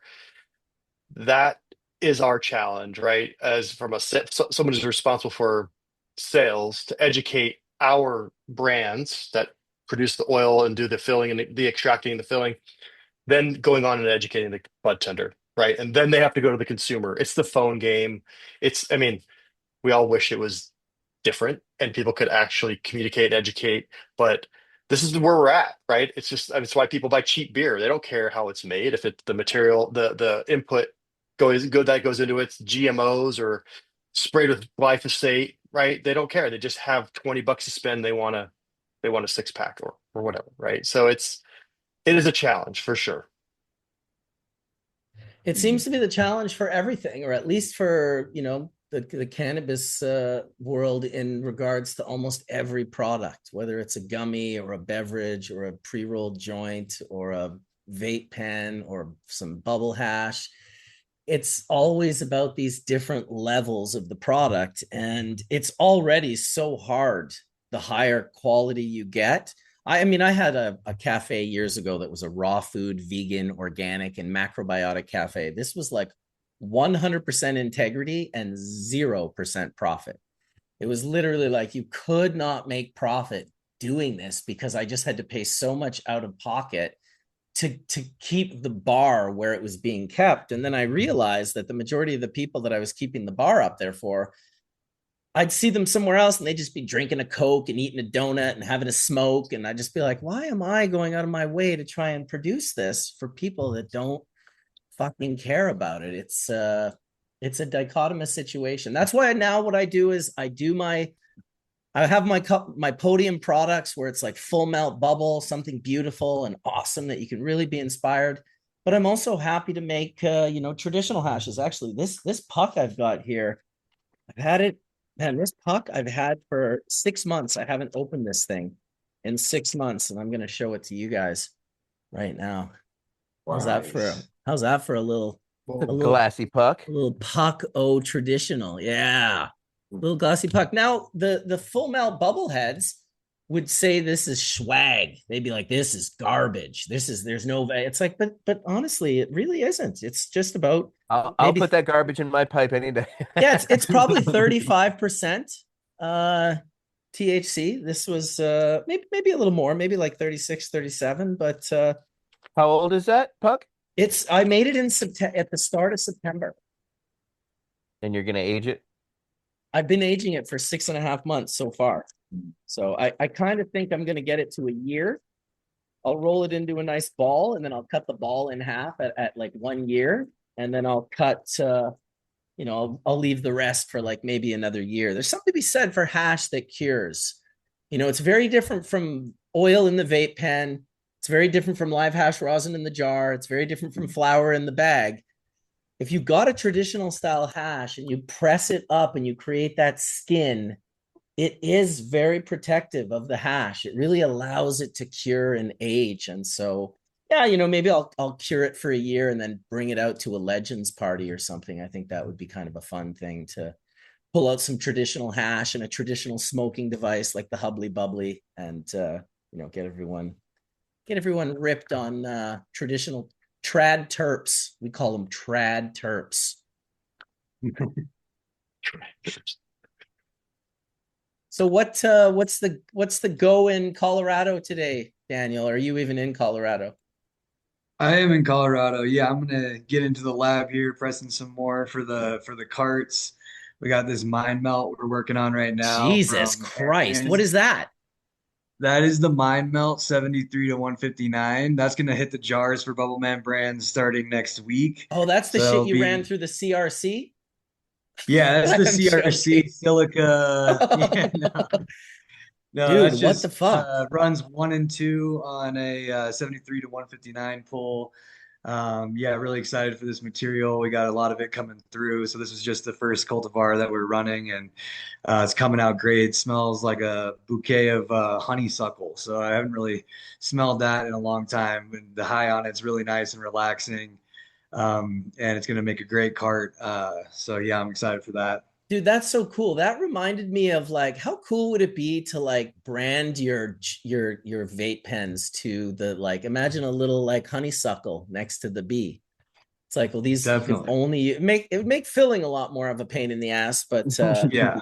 dude, that hash Yeah, is you'd so have to white. forward What the plan. fuck? That came out of the Yeah. greenhouse? Yeah. Like those are plants Yeah. we saw growing. That was plants we saw, yeah, just the other week that was standing, and Wow. yeah, I did a Those great were job. mature plants. Yeah, yeah, Like they were in no way immature plants. no, full Like if term. if anything, they were a little like past. Yeah, no, I mean it took a long time to harvest, with the crew that we had, but it definitely came down looking absolutely fire. I'm really excited to get to the other cultivars. Dan took me down to this greenhouse when I was there last and introduced me to this guy, Aaron, who is a real interesting character. We'll have to have him on Hash Church one time. Just a real one of these interesting grower characters that's just been like fixing and jerry rigging everything like since he's been going. Like he just keeps it going. He's super inspirational dude, and he grows like really good resin in a situation that's not always ideal. Exactly. Yeah, he's a really great guy. He grows really great outdoor too. I'm excited to see this outdoor material that comes through. And yeah, we've worked together for some Dude, years now. I'm gonna quickly take this hoodie off and give a shout out to the other dude that we met right down the street. One sec. Absolutely. This was all right. This is the no regrets I garden. love that. No regrets, bro. Dude, so check out the coincidence on how I met this guy. He says to me, oh, I hear you're coming to Colorado. If you're anywhere near where I am, I don't even know Colorado, dude. I know Denver. Now I know Boulder a little bit, and I know Evergreen. That's it. I don't know anything else. So I'm visiting Dan's garden, and I'm about to leave, or not Dan's, but Aaron's. We're with each other at Aaron's garden, and we're about to leave. We've done the whole tour. It's been great. We're about to leave, and I'm like, oh, let's check out to see, if this guy is close by, so we can stop. We got like an hour ride. Maybe we see him on the way. Dude, he was like 1.5 doors down from Aaron's house. Like he lived, like we walked there in 2 minutes. It was a 2-minute walk. No regrets. Shout out to you, homie. What an awesome group of people. You got to reach out to them again and see how they're doing. Yeah, I've been talking to them. They got some genetics from Free World Genetics. Shout out to Sam.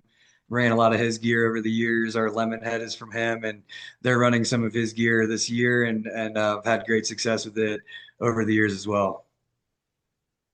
Awesome. Yeah, what a cool area, man. The whole area, all of Colorado, everywhere I went just seems to be full of cool people growing and selling weed. And if they're not, they're growing and selling mushrooms, actually. So that's that was the other. I just couldn't believe how many people. You guys going to be designing the DMT pen? Is that part of your work, Stephen? No comment. No comment. He's like, dude, we just got China on board for the cannabis pens. Like, please. Yeah. No, I mean, it's actually kind of a passion of mine, a sidebar. DMT pens are? Well, any kind of alkaloid vaporization, let's put it that way. Awesome. So, yeah, I've been working on no heat vaporization technology when I was at C-Cell, and that's some really cool stuff. Using sound for vaporization, all sorts of technology.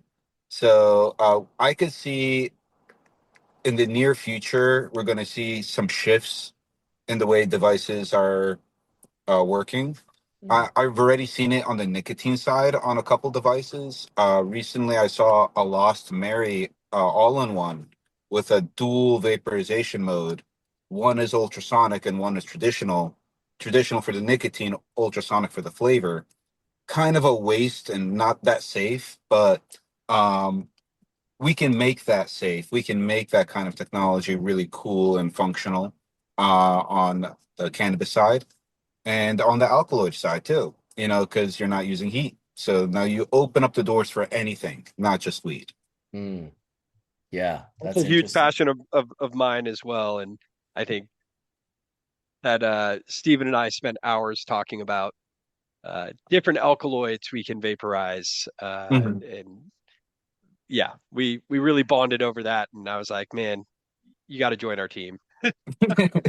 That's awesome. We're gonna do cool shit together. Yeah. So that is awesome. Yeah. Well, I mean, this is how you move things forward with conversations and concepts and ideas and with dreams, My wife was saying something to me the other day. She's like, "Oh, I just had an unrealistic dream." I'm like, "Nonsense. You can't have an unrealistic dream. Your dreams should be unrealistic. They should be about as unrealistic as they possibly could be, because that is the only way to enter or access the impossible is by believing that it is possible." And I didn't really understand that until I went to India. And when I went to India, I saw it. I saw fakirs like doing impossible shit. I just saw really wild, crazy shit that made no sense physically that it could be possible. And yet there it was happening right in front of my eyes. I like the idea of, not the concept of nicotine and flavorant, but when I first got my Indux Lab vaporizer from, what was that, Kylie? Riley? Kylie. I think it's Kylie from Indux Labs. Are you guys familiar with the Indux Labs? It's the big, crazy, like, briefcase vaporizer. It's this big round thing. It's like, you guys should definitely that is the place to start having conversations about, because it's induction, right? So it's like, but it's really good induction. What I find about induction is it's so powerful that it starts at like 1,000 on most units, and you want the real access is between 1 and 100. And I'm using the numbers as a metaphor in the sense that the heat can happen so fast and so violently with induction heat that's easy. The harder part is what Kylie did, which is tuning it in to flavor profiles where you could literally vape the monos and then vape the sesquas, like literally vape things based on like their molecular weight in this fucking vaporizer. When I first saw it, it was just, the classic glass jar with the little metal piece that goes into the center, and it's got the coil that's going to create the magnetics. And I thought, oh my goodness, could you imagine a day where we have all of the components of cannabis isolated into their own jars in a machine like this, that you then dial the cultivar's name that you want, which into the algorithm would show exactly every component in every ratio that was needed, and then vaporize it like all at once, like the ultimate medical cannabis tool. I was probably tripping when I thought about it, but it seemed like such an incredible, to be able to dial in flavor profiles. Obviously impossible. You're not going to have like 1,400 different thiols and 180 different terpenes and whatnot. But the concept of it, I thought was cool. And I like the idea of deconstructing and reconstructing. I always thought that was cool. Even in cannabis, right away, people would be like, it began the whole fucking full spectrum argument of like, people don't even know what that is, just more fucking bullshit coming out of their mouths. But the value that I always explained to them was, look, okay, I'm not trying to take away your full spectrum, but what I am saying is there's value in being able to deconstruct and reconstruct. And a perfect example I always gave was this young girl who lived in Vancouver named Haley, who the CBD cultivar Haley's Comet was created for her. And it was great, and it stopped her epileptic seizures. But after a couple of years, she'd get different batches, and they'd just be slightly different. And all it really took was a slight difference to occur, and then it didn't work anymore. And so for people like that, if you could find the right ratio of everything that worked and then created it just for them, I mean, it's expensive. It would be different from the way other people access. But I always thought that's one of the values. I also think the value is taking things apart and putting them back together is always of a value, whether it's a mechanical engine or whether it's your psyche or whether it's whatever it is, right? Like that's why we take psychedelics, take ourselves apart, build ourselves back up. Why can't we do it with the plant that we love as well? It's funny how easy it is to take offense as a cannabis user when someone does something that you don't like with cannabis. I used to be the biggest like anti-BHO guy when really now I would fight for anyone's right to have, use, access BHO. Why not? Why don't we just let everyone access everything and see what sticks to the wall and what continues down the road? I think it's time for me to have a dab. Well, Marcus, what you're describing is a pharmaceutical. Yes. The deconstruction and reconstruction is turning cannabis into a pharmaceutical good, and that could pass through regulatory processes and then be sold as actual medicine that is prescribed. Or you can take the natural plant as is, which is considered gross, generally regarded as safe, and sell that as is. Or you could take the mechanical extract of that plant without chemical adding to it and sell that as is. But the resin will be a problem down the road because you're doing a chemical extraction and you don't know what's in it. So I see the future of medicine when we treat cannabis as a pharmaceutical will be either rosins or the deconstructed media that you're describing. Yeah, we'll see where it goes. I mean, they don't generally go to places we like. It usually they end up coming out with stuff that's like subpar and not what we like, but that is the route that group sort of takes. And it's why I think so many medical patients end up going to recreational stores to access cannabis, because they see what the pharma companies have done with cannabis as a medicine. They've made it way less accessible.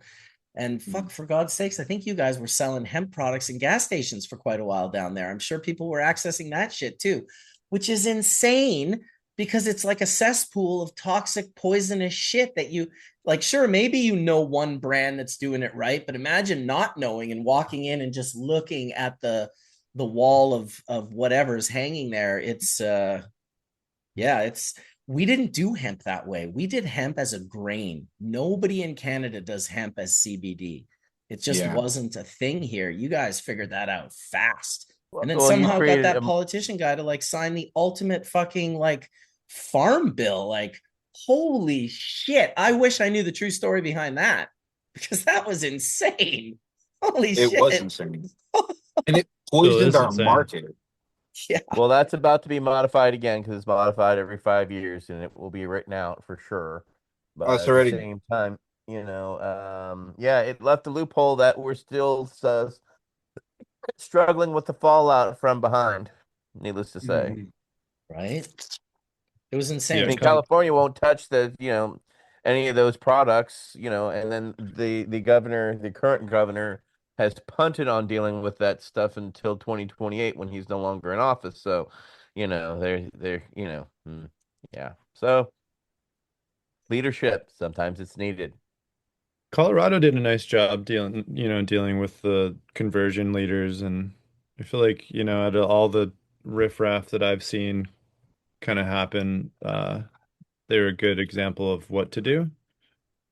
I think that's the reality of it. For those out there that don't know, I don't really support converted leaders at all. I think that that's a construct of prohibition and something that we're playing mental gymnastics to create business around. And really what we should be focusing on is taking all that energy into policy. And we might have a shot at this. But I understand those that are super deep in it. You're drinking a lot of Kool-Aid to be like, yeah, we're going to save this. We got to save this. I don't know. I think you're still doing mental gymnastics, and you got to be honest with yourself, because it's not helpful to the state system that we all fought for and created all those years ago. We're backdooring ourselves in a lot of respect. So 100%. Backdooring ourselves. What do you mean by that, Colin?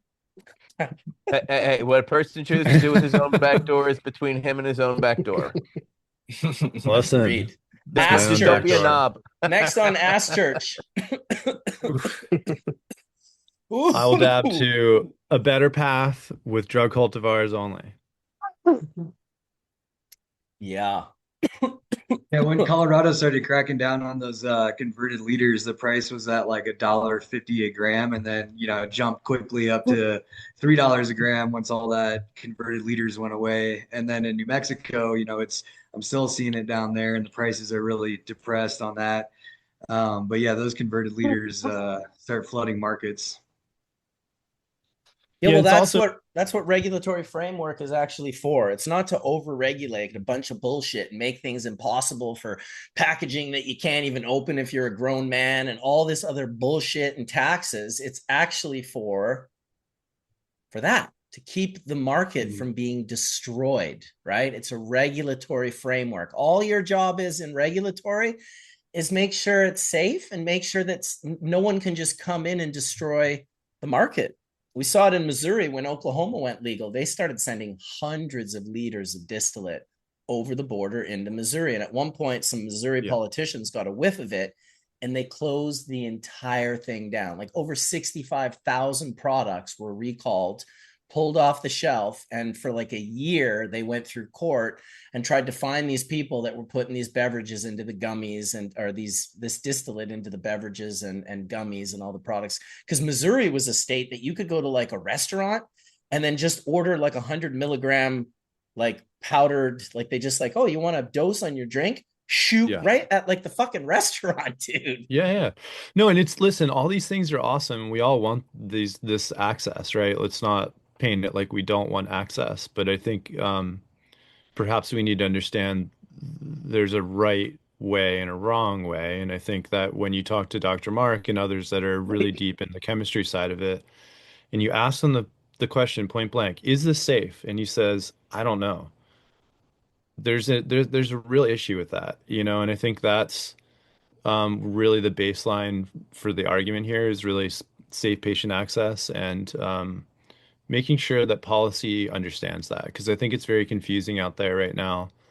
Because you can go to the gas station, buy a gummy that seemingly says THC, and then go to the dispensary, and those two different things may appear to be the same, but fundamentally they're not, So that's one thing I always wonder. But anyway, back to the real heart of the question is like, you know, the hemp side of things, we're destroying CBD in this other way that there's other people out there that need this everyday access, and the Farm Bill now in November, I think, will be fundamentally changed forever, and that access will be, no more, based on us wanting to convert leaders into whatever we can possibly think of to get around again policy. And Yeah. So not all conversions are created equal either. So you're I have totally right. purchased myself really high quality CBN at 99.99% purity, which I Yeah. would consume myself and I would buy that again, but that will be out of access now.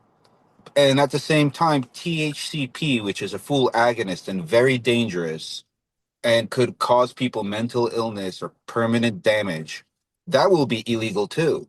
Thank Yeah. God. you know so Yeah. double-edged sword there. So Yeah. I wish we You're had a little bit calling it more right. reasonable. Yeah. Yeah, no, it's tough. It's a tough conversation because but I love these conversations because it's like it's important for minds like ourselves and every other listeners out there to start thinking about these things because it's really the truth. Like, it's a disguise in terms of how patient access is really granted.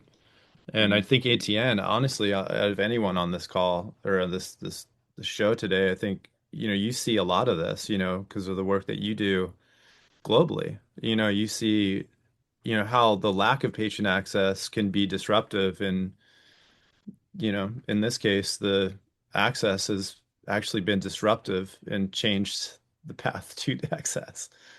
So We're it's dealing with, we're dealing with people who are being executed for doing what they do. Our Rastafarian brothers and sisters down in, the Caribbean, just to produce their own medicine. They get shot and killed. And so, yeah, access is a major part, and this is where we bring people like that to the UN so that world leaders can hear and understand, because the UN understands culture, and cannabis culture is its own culture. Period. End of story. That's the reality that we deal with, and the UN wants to hear about our cultures, so that's what we're trying to do is educate them. That's why we did our thing on Wade, is to educate them on CBD, is because most people don't really understand or see what the medical access or what the benefits actually do. And when they do, what did it do? It brought them to tears because they saw that it actually does help. It's not a cure-all. Okay, he stated that as well. But at the same time, it is a medicine that helps, and it is medicine that there is legal access around the world since December of 2020. However, it doesn't mean the world is allowing that access, and you and I should be able to travel freely with our medicine without fear of repercussions. So that's also what we're working on as well at the UN, is your ability to travel freely across borders with your medicine, because it is legal to do so, but you can still be prosecuted for it. So and what we see, Colin, is, we see here in America, right? We saw cannabis refugees immediately in America once those laws changed. You saw Colorado, people came to Colorado because they were being prosecuted in their states. You saw the same thing in California. I saw a friend of mine who was arrested, put in jail for life in fucking Oklahoma. I held his daughter as he was sentenced to fucking 90 plus years in fucking jail. Was that Will? Huh? Was Will that Will? Foster. Yeah. Yeah. And him to get let out, and now he's back in Oklahoma growing his cannabis. So change can happen. I've seen it in my own lifetime. I mean, it was brutal to see all that shit go down, but it took those types of situations and people saying, no, enough is enough. This is bullshit. This shouldn't happen. And laws changed. And he was here in California. I was working with Will on, some grows and stuff here in California when he was, got his ability to go back to, Oklahoma and do so. So, that's the reality of access that we just see here in the United States in the last, 20 years. You know, that's the type of, so what's going to happen in the next 20 years? Will we finally get the rest of the states to get through?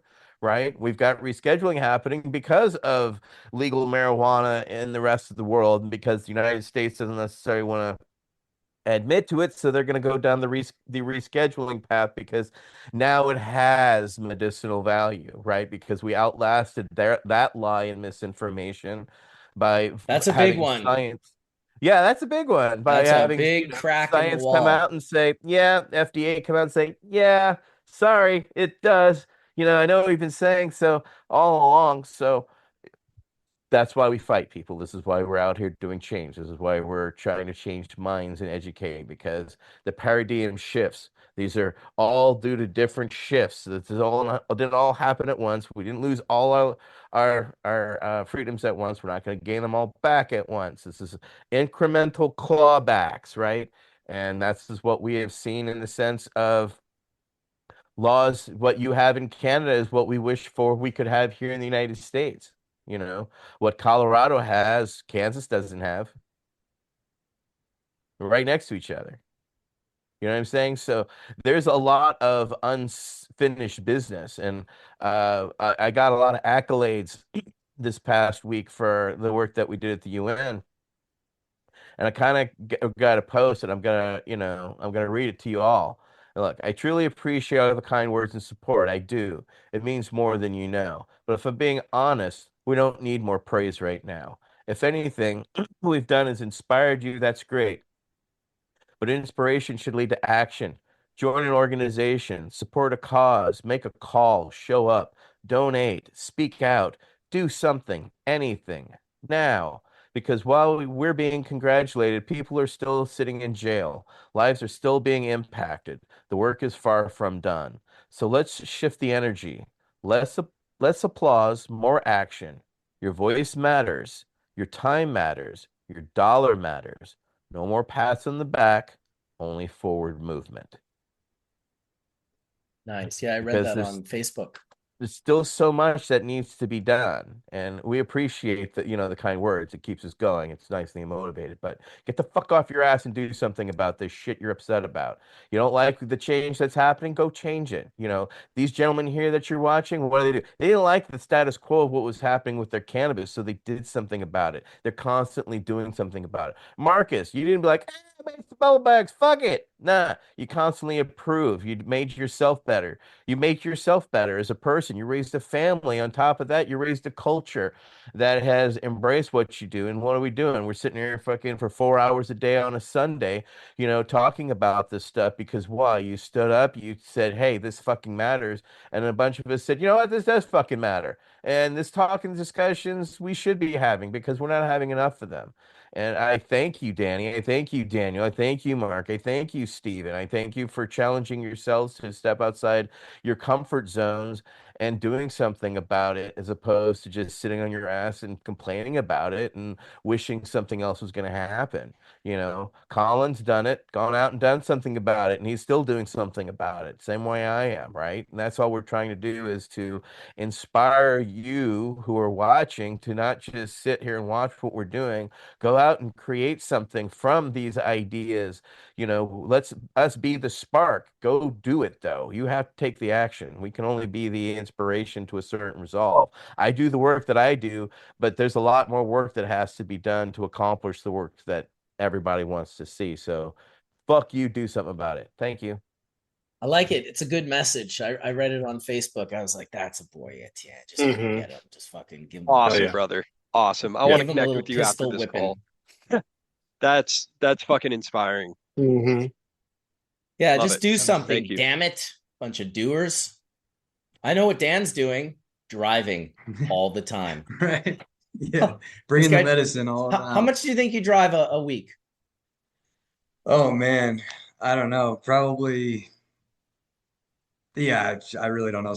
500 miles easy. Yeah, probably more. Yeah. Dude, I'm with you, Dan. But yeah, I'm with you, dog. Yeah. The big state, and then New Mexico is huge too. We're getting out to Massachusetts where it's going to be a lot smaller and closer to get to market. But there's a market right now that there's an opposition, out there trying to trying to reverse the recreational laws. I don't think it'll pass, but there's definitely still a lot of opposition out there. Yeah, it won't. But I've seen cannabis prohibition grow. Cannabis prohibition's growing again. I see posts all the time. Studies, the biggest study of our time, over 100 million people. And it's just like, obviously you can go into the comments and just see it get taken apart. But there's a lot of people posting new shit about cannabis that is absolute and utter complete baloney and just fully believing it. Like, see, look at this. I told you it gives you brain damage. It changes your personality. It's you can't have kids anymore. It's like, what are you talking about? Yeah, partly funded by a big alcohol. Yeah, well, they're tripping out, dude. They are tripping out. They're watching their money just go down with the younger generations not drinking as much and smoking more. So, yeah, and that trend's continuing. Yeah. Well, the bottling plants will disappear and the vape cart pen plants will pop up in their place. Or they just clean their lines and add THC that's been grown in the field and with the right plants and not converted, because that's really what I see is there's a big, there's a real push right now on older demos and even younger, they like to drink THC drinks. Like, that's awesome. It wasn't a thing when I was growing up, but it's because it didn't really exist, Yeah. So I wonder, you know what I mean? Like, as consumption changes, as generations want different ways to access it. I wonder what the real choice is going to be. Is it going to be inhalation? I really don't. Will there be kids one day going, oh yeah, I heard they used to smoke joints in the 1900s. Yeah. The 2000 barbarians smoking joints. It would take tree pulp and wrap it around herb and burn it. We might become those. Yeah, I mean, it's true. Well, where do you guys think it's going? Where is it going? Obviously trying to make things better and do things differently. And bring products to market. Where is like, how did this even happen? It was just like, it was the tobacco industry that was mucking around with these pens, and they sort of leaked into the cannabis industry. Isn't that really kind I of don't like, even think it was big nicotine yet when the first right? vape carts hit, right? Because Yeah. What was it? Blue was one of the first e-cigs, right? It was that one stick, and that had to be 13, 14. And at that same time, I think there was all these small vape. The nicotine vape industry was huge privately. There was so many players, right? And Steven, you know probably more on this, on the history of that. I mean, Joytech, I think, invented the 510 back in the day with those clearomizers, a fiberglass wick wrapped in a nichrome coil, delicious, you know. Oh, And uh, we were all inhaling those. And, dude, and listen, then, I was smoking out of a Coke can in high school, and I'm telling you, if anyone came up to me and said, "Have you seen the white paper on what it does to your lungs smoking?" We would have been like, "Dude, we're beating you up. I don't even know. We have to beat you up. We just smoked the Coke can. We threw it down on the ground. We went into class. We were baked." I Yeah, mean, the red one got you higher. If you had like an yeah. actual physical, right? Did You get it on the red you part just and had to poke really the smoke a lot holes, of the and then paint you get way more high. and get Yeah. Yeah. destroyed. I mean, Get But hippie buddies or go got ahead, I Steven. think it, apples or I think it was like the mod scene with e-cigs when people were doing those big mods and they would wrap their coils with cotton in them and they would throw a dab on top. And that was really the beginning of all this. And people realized the cotton got gunked up real fast and they wanted ceramic for it. So, you know, like then they started inventing different ceramic wicks or quartz wicks and all this different shit. And C-Cell was the first company to package it in a really small um form factor where it worked really well with the ceramic core in the middle, a coil inside of that, and a pipe up the middle. Like they invented that concept. And that's where we're at. You know, that's why they boomed to be the number one company really fast and had 50% of their budget into R&D and have been working ever since, innovating on this kind of stuff. And there's a lot of followers, but ultimately it kind of went on its own since I would say 2016 is the beginning of it. So 2016, eh? yeah. That's crazy. remember the 2014. wick carts and people The had like tracks. adding so much PGVG to it, like half of it. Dude, it was Like, Yeah. crazy. Yeah. dude, Yep. yeah, just there it goes, it's moving. Hmm. Jesus. Yeah. Yeah, a lot I'll of never products like forget that. viscosity changers. Some people were selling like mineral oil that they were mixing in with that stuff. And then eventually we end up with E-Valley, vitamin E acetate and, The popcorn Oh, that was one. thousands of horrible. people sick. And after that, they said, you know what? I'm too scared about all these additives. I don't want that shit. And the market pushed it out.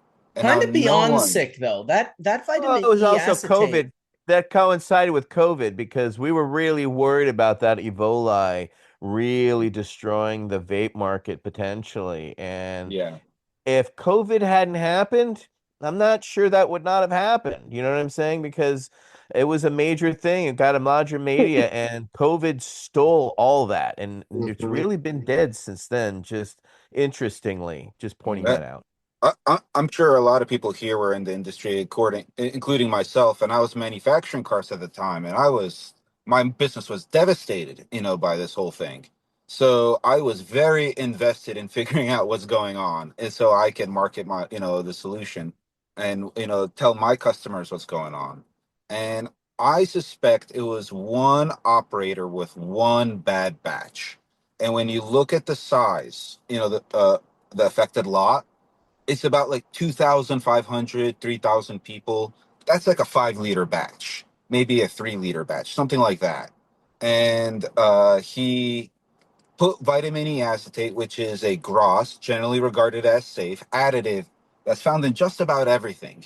Your shampoo, your toothpaste, your food, like your burger you ate has vitamin E acetate in it. And he put it in thinking with good intent that it's a preservative. And you don't need that because cannabis is a preservative. naturally.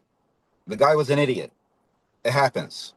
And an idiot with good intentions released a product that hurt a lot of people. And that's my theory as to what happened with that. Was that Mr. Extractor? I don't know who did it, but and I couldn't even begin to guess. Right. I've heard whispers of some big company in LA, but who knows? That's where he was out of, I thought. He had like the Yeah, lab, I don't Mr. know. Extractor. Yeah. I think at the time, I can looking back for what I was just releasing oil, so I was just buying things, but I only released our solventless in Pax Labs pods at the time, Mhm. and that I think was the reason why we could continue operating, and because we could at least hang our hat on that. Yeah. Why was that? Because of the pod Mhm. delivery methodology? The efficacy Viscosity? behind What? it, just the efficacy, just call it that at the time. They were, they set at the time, they were the only people that I believe, and Mark, keep me honest here, that were really sourcing their own components and working with the factory and had their own teams and really had a thorough, uh, you know, cross section of what they were putting into the general public, and if I'm leaving anything here, Mark, please fill in. But No, no, you're right on. We were talking to our partners about what they're putting in their pods, and not everybody liked that. That's for sure. But we were trying to do the right thing with making sure there was no There additives, were in visceral particular vitamin reactions E. from people if you asked them Yeah. what was in their pods. hmm Who, Yeah. me? No, of course not. And let's see a COA. Okay. yeah, Yeah. so I think that's the one thing, that's how I got through it. But I think if I was, attached to 510s or all-in-ones at the time, I think we would have probably had to shut it down. You know, I don't see at the time it was so intense. Um, and then of course, we went right into COVID. It was like, Yep. and then somehow we all kept on operating through COVID. That was bizarre. It was like showing up into the lab with a mask on because we all had to wear, it was crazy. And then Essential change it and put services. your other mask on when you got in the lab. How quickly they I deemed rolled in us with from my bubble criminal suit to on. essential. I made Hey, hundreds of kilos during COVID. Hundreds. I Mhm. got Yeah. I'm one of the reasons you became essential is because we helped get California get Exactly. essential status for medical cannabis dispensaries because if they were going to open pharmacies, we demanded the same. And then what happened out of the Bay spread to the rest of California, we spread to the rest of the country. So, yeah, was proud of that fucking little fact during that fucking little chaos fucking shenanigans. Well, Oof. in Canada, it's a federal. It's you're federally allowed to grow it as a medicine, so they couldn't deny that it was a medicine. The only weird thing was they also made alcohol sales essential. And the reason they did that was because they said the alcoholics would fill up all the hospital beds that apparently the COVID patients were going to fill up.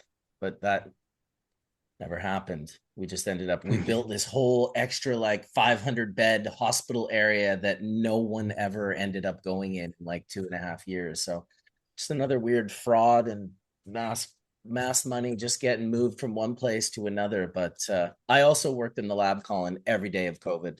That's when I had Embark going, and I was just in the lab making hash, and it was we had to wear that fucking mask for 8 hours a day. So when I went home, I was not wearing a mask. But when I pulled up to a red light and saw a person in their car by themselves with a mask on, I would just kind of shake my head and go, this is why the world can't get along, because we are all just so different. We're so different.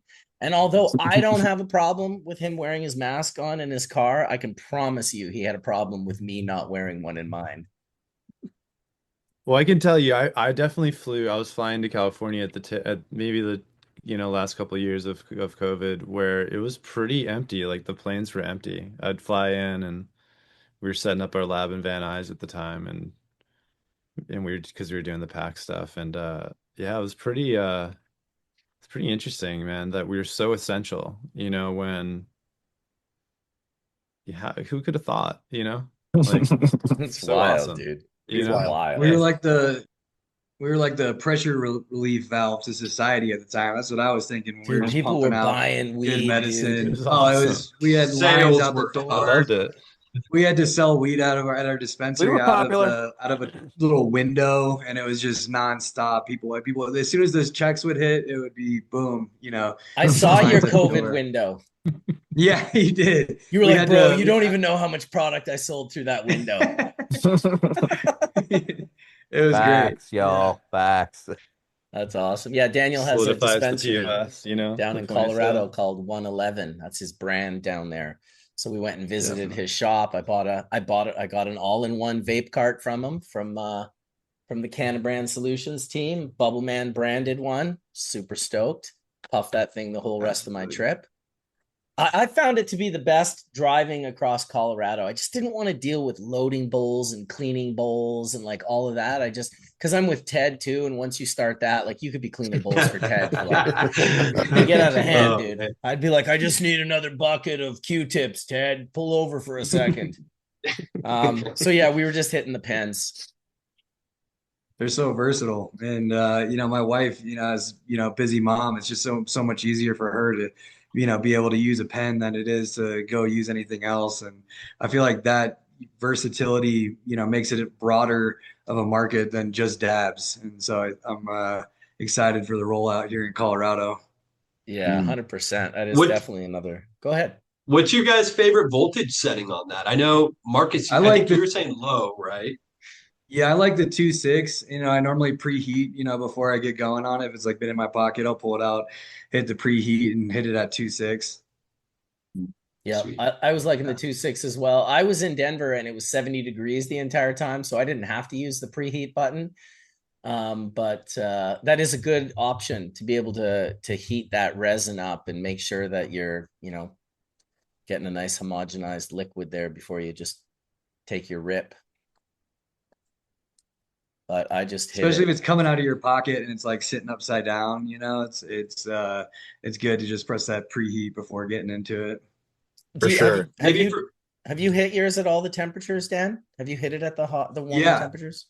Yeah. Yes, sometimes if I get like maybe towards the end, I'll bump it up a little bit, but I've been at 2.6 pretty consistently. I like, tasting those terps as much as possible. And I think the hardware is amazing. It's the best one I've tried out of any all-in-one. And we're excited to use it in all the states that we are rolling out. That's Nice. the Yeah. witty, Oh, yeah. the WITTI, waste it to taste it. I was gonna say for you guys next round, because 2.6 is a lowest setting. Maybe that's the middle setting, right? And we have an Yeah. even lower one. Because you guys That would be both like great. that. And I know what we like is different from what the customers like, but if we can get some of that data and just keep refining that product, right? For us, that's what it's all about. That's the fun part. I love that. And What are for you us, thinking, like smoking it 2.4? is what it's all about. So we're also, right, Dan? We're willing to Yeah. create that data. We can help out with R&D. Yeah, Cool. absolutely. Perfect. Yeah. Bioassays all day long. Oh, snap. Yeah, absolutely. I think it's time for another dab. We got another 27 minutes. That was a 3.5 hour show so far. Very good to talk with the CannaBrand team. I'm excited to actually come see you guys. How many of you guys are down in Washington? Are you all there or? We got about half our team here. Steven is actually moving here. He's going to be here, next month. So you're going to go to a no moisture state to a full moisture state? Is that what you're telling Yeah, yeah.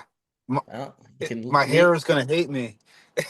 Dude, but you can leave your creams behind because your skin will be well moisturized out here without any extra.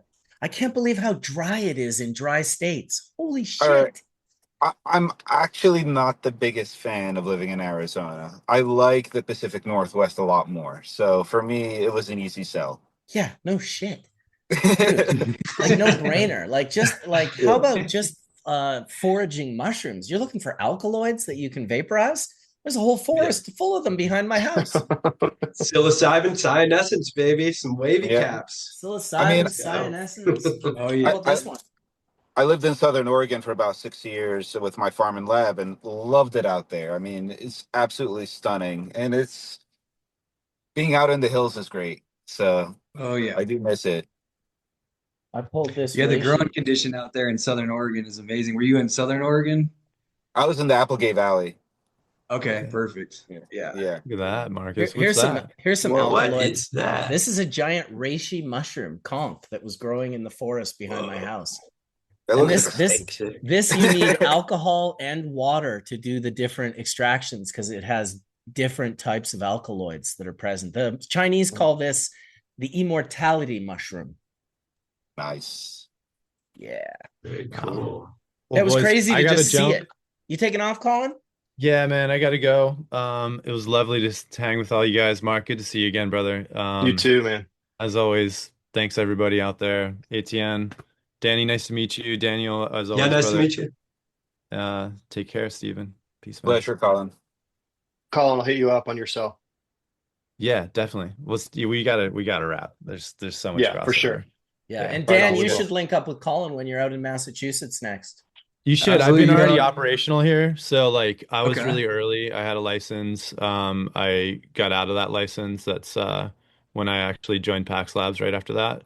And yeah, it's a big state, man. So let's just talk. There's just so much Yeah, I let's could link help you up. with for sure.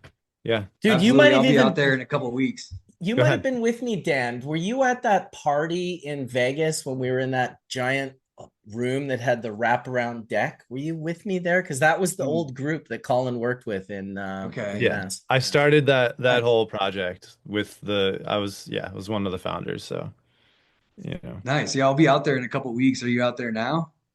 Yeah. Sitting Okay. there right now. What part of the state? North Shore. North Shore. Okay, I'll be out in the western side, but I'll definitely hit you up when I'm out there. Yeah, so you'll see how big the state is. That's like a world No, away. it's small. Yeah. I mean, for me, it's small compared to Colorado. You know, it's like 2.5 hours, right? Across the whole trek, maybe 4. 3. Dude, this All guy right. drives all day, every day. He's just like, I'm driving up north, I'm driving down south, I'm going to New Mexico, I'm coming back up, I gotta go back down, then I'm coming back up. It's like, holy shit. Yeah. I've never had a Zoom call with him where he wasn't in a car driving. That's I can't awesome. believe he's Good. not driving That's right rad. now, So to be yeah, honest. I love your hustle, man. Yeah, so you'll love it out here then. It's it's cool. It's great. Absolutely. I Yeah, love it we'll out link here. up. Hell yeah. Yeah. We'll eat some lobster. Absolutely, yeah. Labster. Eat whatever you want, Yeah. man. You gotta eat Good, all labster. kinds of good food. All right, Well, guys. Nice. take it easy, Colin. Peace, everybody. Cheers, brother. You All too. right, see you, Colin. I'll talk to you soon, Marcus. Peace, man. I'm gonna light up another dab real quick here because it's that kind of day. It's Sunday and it's almost over. So soon, who knows what I could end up doing? I have a young child. He could pull me in any million directions right now. Recently, I took him to a place called Fun Park. Let me tell you about the Fun Park. Not only is there go-kart riding and mountain climbing, like indoor climbing on the walls, they have a giant arcade that has like 2 different mini golf putting stations. It's got a laser tag, bowling, like every video game you could possibly ever know, including all the pinball machines. For like $40 US for each of us to do like 5 hours. It's a great price for some family time. Dude, I might take him there today, to be honest. That's how like stoked I am on Fun Park. It's like a 50-minute drive, but I'm telling you, that is good fun. There's nothing more fun than having fun with like your 11-year-old son. You know, when you first have a son, you don't realize that he's not really going to be able to do shit till he's around 8 or 9. But you really don't know that he's not going to really be able to do shit till he's about 10 or 11. And then the whole world just opens up and they can suddenly do everything. That's the time that when I've had my first son, I was like buying Lego shit when he was like 4 months old. I was like, well, we got to get the Hot Wheels. It was like, dude, he's like, he can't even move. Like he's out. I was like, when's he going to move? I'm like, well, he's a boy. Might not move for a couple years. My daughter's like 9 months old, walking around. My boy's like, 18 months, still not walking. It's wild, the differences. The people that try to tell you there's no differences between boys and girls have definitely never raised boys or girls. It's insane. Like they're just a thing. It's just a thing. Like I didn't like train my son to be a boy. He was like 5 months old and we drove by a construction site and he started flipping out, and we figured out if we parked the car and let him watch the machines, he would calm down.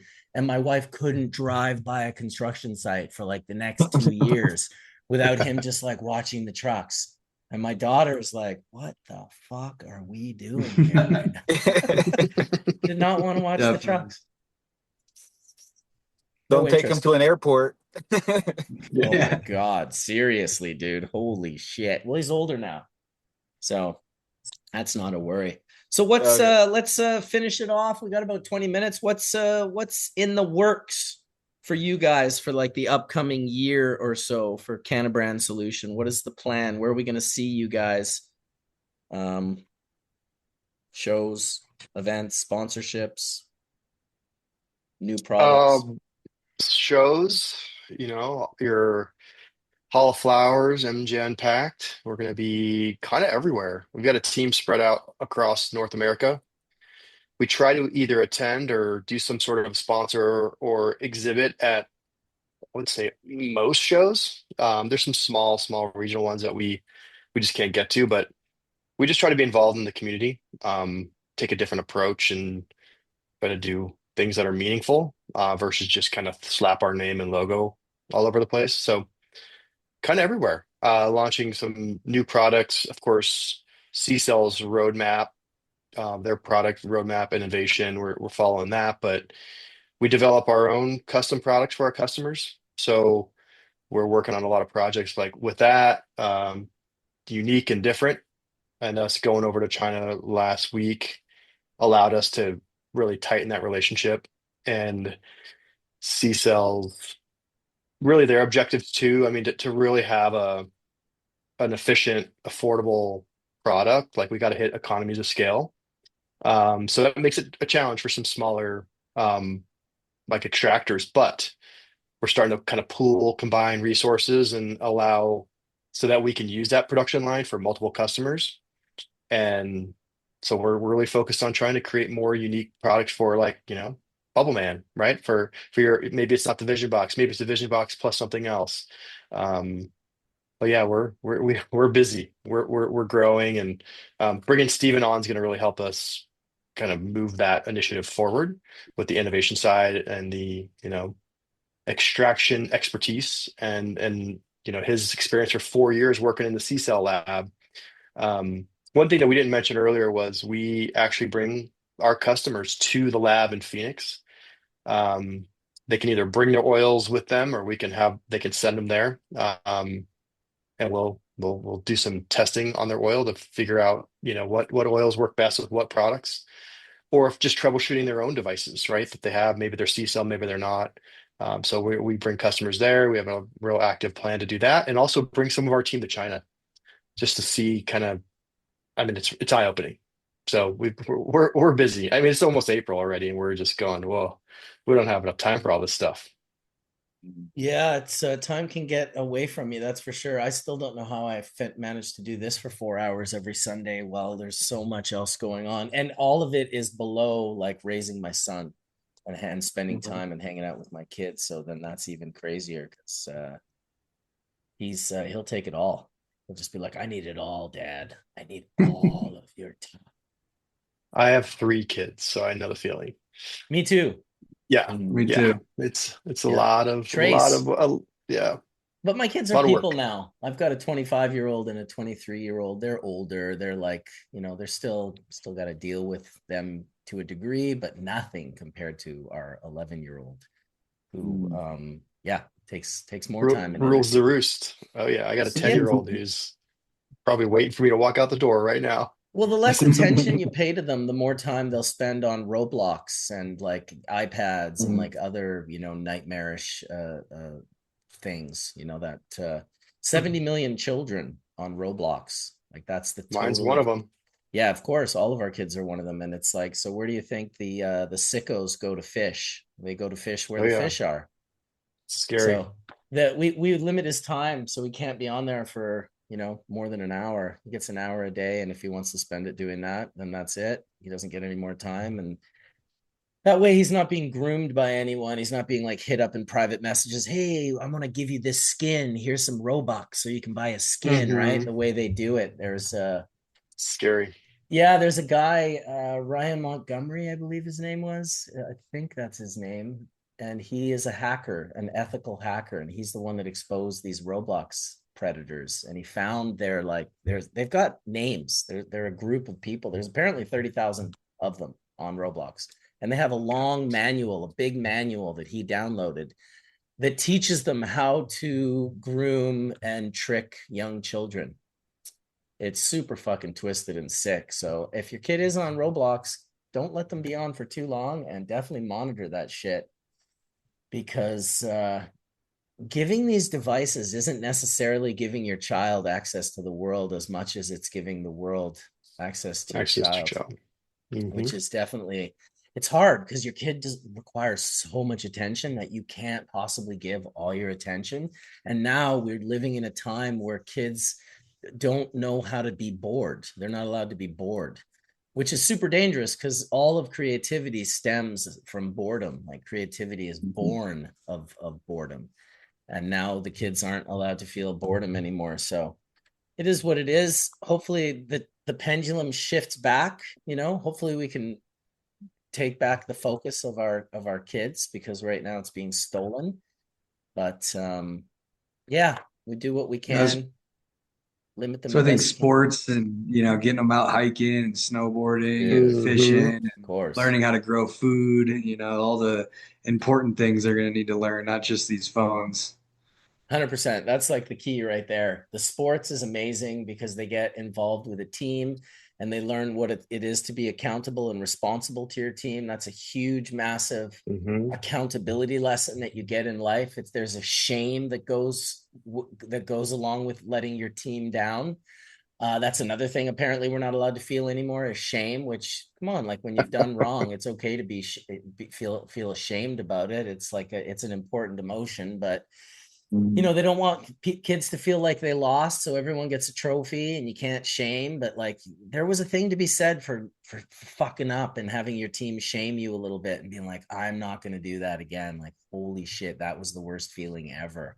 I grew up playing hockey. It was a big part of my life. I was the captain of my hockey team. I loved the leadership aspect of it, and learning the leadership role with a team is not about bossing your team around as much as it's about listening and sort of try to herd everyone into getting along, because everyone's not always going to get along. But sometimes the value is if you can find everyone's unique sort of perspective, that's how you build a proper team.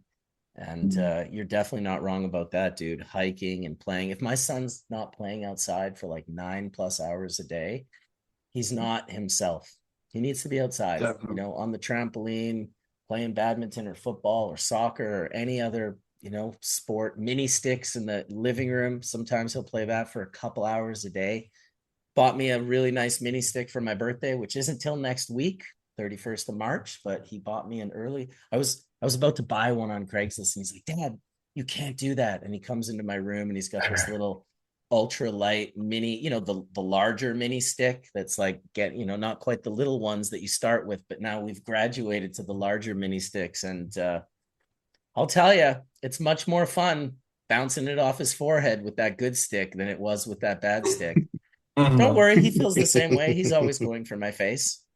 It's a little game we play.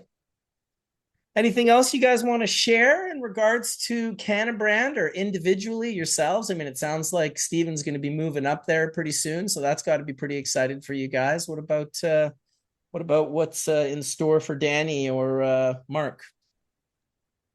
Danny, go for it. Yeah, I mean, on the personal side, I think it was kind of funny. You're like, man, if my kid's not outside for 9 hours a day, he's not himself. And I'm like, well, what about us adults, right? And I'm like, and that's a huge part of my. I'm like, okay, what are my goals this year? What do I have in? And it's to be outside more, right? Like just grinding and grinding. There's a snowball effect where you're like, oh yeah, I worked 8 hours, but it's like, how much? What we're too productive, and so I need to get up to the mountain more. I need to get in 20 days. I think I'm at 12. 20 days on the mountain snowboarding, and then figure out just that Danny's passion and energy exertion / getting energy balance with work, because the work's not meaningful or fun without that. And Man, I wish I could be outside 9 hours a day. Wish I was a kid. Hell yeah, dude. That's a good way to do it too. I thought I had more, but I've got 15 days on Whistler Mountain this year so far. Look at the lift Let's rig. go. 73. Let's go. I got the 73 Work on there. I didn't realize that. work shred Nice. balance is pretty good over there. I shredded all day yesterday, and we shredded 2 days before that on Thursday. It was like a rainstorm. It was atmospheric river raining all over the mountain, but at the top, it I was like a saw that. blizzard. There was a blizzard up top, but we could only get to the bottom of the top. So it was like we kept getting up there and being like, holy shit, this is a epic blizzard. And then we'd have to go down. And so we deal with it as we do. The mountain it's, it happens the way it happens. And because it couldn't happen any other way, because it didn't. So I just accept it, and I'll go again probably this week, at least 1 or 2 times. And yeah, just it's a good thing to make sure you get out as often as you possibly can. It was definitely my favorite part about being in Colorado was going outside. Yeah, getting outside where I live is like outdoor mecca. So Mount Bachelor's 30 minutes away, rivers, lakes, hiking, biking. Like you guys, I need to get my 20 to 30 days on the snow. It's a little easier when you drive 30 minutes than having to drive an hour and a half or whatever. But yeah, that drives me, right? It drives me trying to get in shape in the fall, stay fit all summer, incorporate as much cannabis into that process as possible. Definitely not while mountain biking, but probably everything else. But yeah, we travel a lot. Danny and I travel a lot together. So we share a lot of the same passions, and yeah, we're looking forward to, bringing this year home and having a successful 2026, because 2025 was good, but we learned a lot.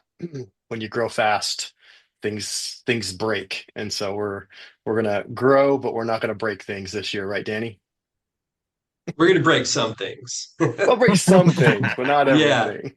That's awesome, Yeah. dude. Yeah. But we're gonna build more systems than we break. Yeah. There you Yeah. go. That's good. And spend more time outdoors than you do Yeah. indoors. And we don't answer to anybody, right? Danny owns the company. I break a lot of shit. Danny lets me off pretty easily sometimes, but yeah, we don't answer to anybody, so we can do whatever we want, which is really cool. I mean, not a lot of companies can say that. So Yeah, no, that's important. Sometimes the answering to people lead companies down very poor decision roads. Especially when the people making the decisions just don't have a fucking clue, like whatsoever.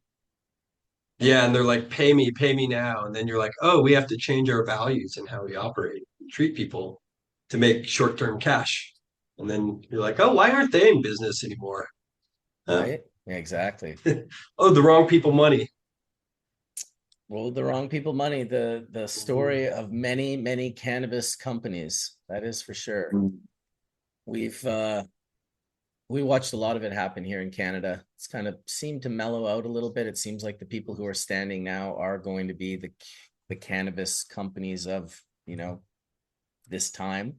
Many, many, many, many companies went bankrupt and disappeared, like beyond many. well, Daniel, I got to get out there and visit you guys, right? And connect with Absolutely. Drew. Yeah, I've got a lot of connections in Colorado from my PAX days and prior, but yeah, I want to come out and see you guys, see what you're up to, see if we can help you guys launch your products, because we have a good team Absolutely. here to be able to kind of get your crew up to speed on everything, including Steven, who was, of course, very integral in developing that Vision Box. So can definitely spit some knowledge on your team. That'd be great. Yeah, we would love that. And we'd love to show you guys around down here in Southern Colorado and at the facility down in Denver. Awesome. I would love to see it too. Yeah, you and guys so should definitely you guys link are. up. Go ahead, Dan. When do you guys get out to Colorado? Anytime. Yeah. Just, yeah, we can, I can travel anytime. When's Ted out there next? I think it'd be cool if we could get Ted and Marcus out there. Yeah. I think May, right, Marcus? Yeah, if it doesn't happen in April, it'll definitely be May. Exactly. Maybe like the middle of May, the first week of May. Perfect. All right. We have an For me. incredible space Don't for think we- throwing events as well at my buddy Kyle's place, the Reserve.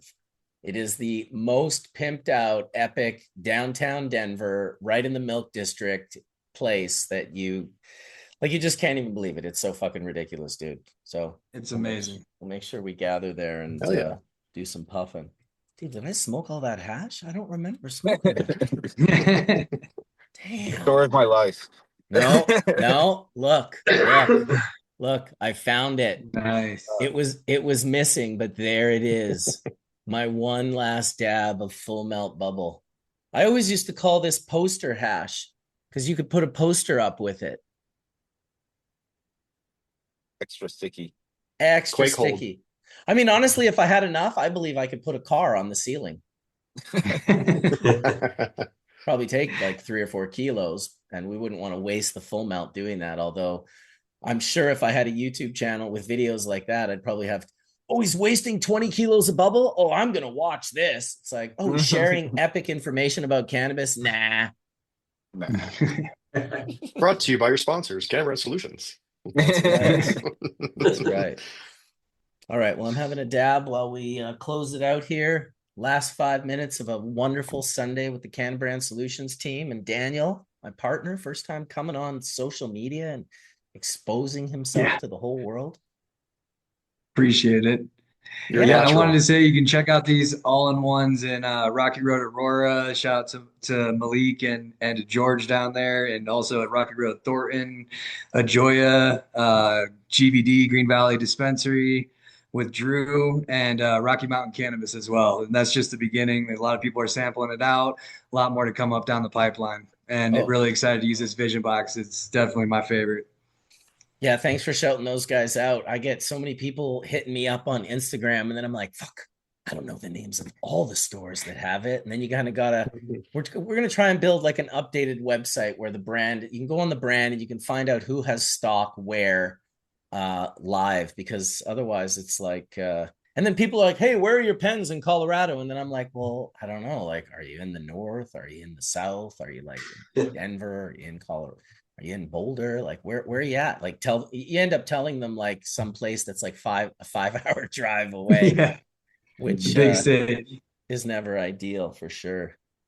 All right, well, I'm gonna pop this little guy back in my bong, do one last rip before we say goodbye. Thank you guys for coming on. It's good to chill with you guys on a hash. You're welcome.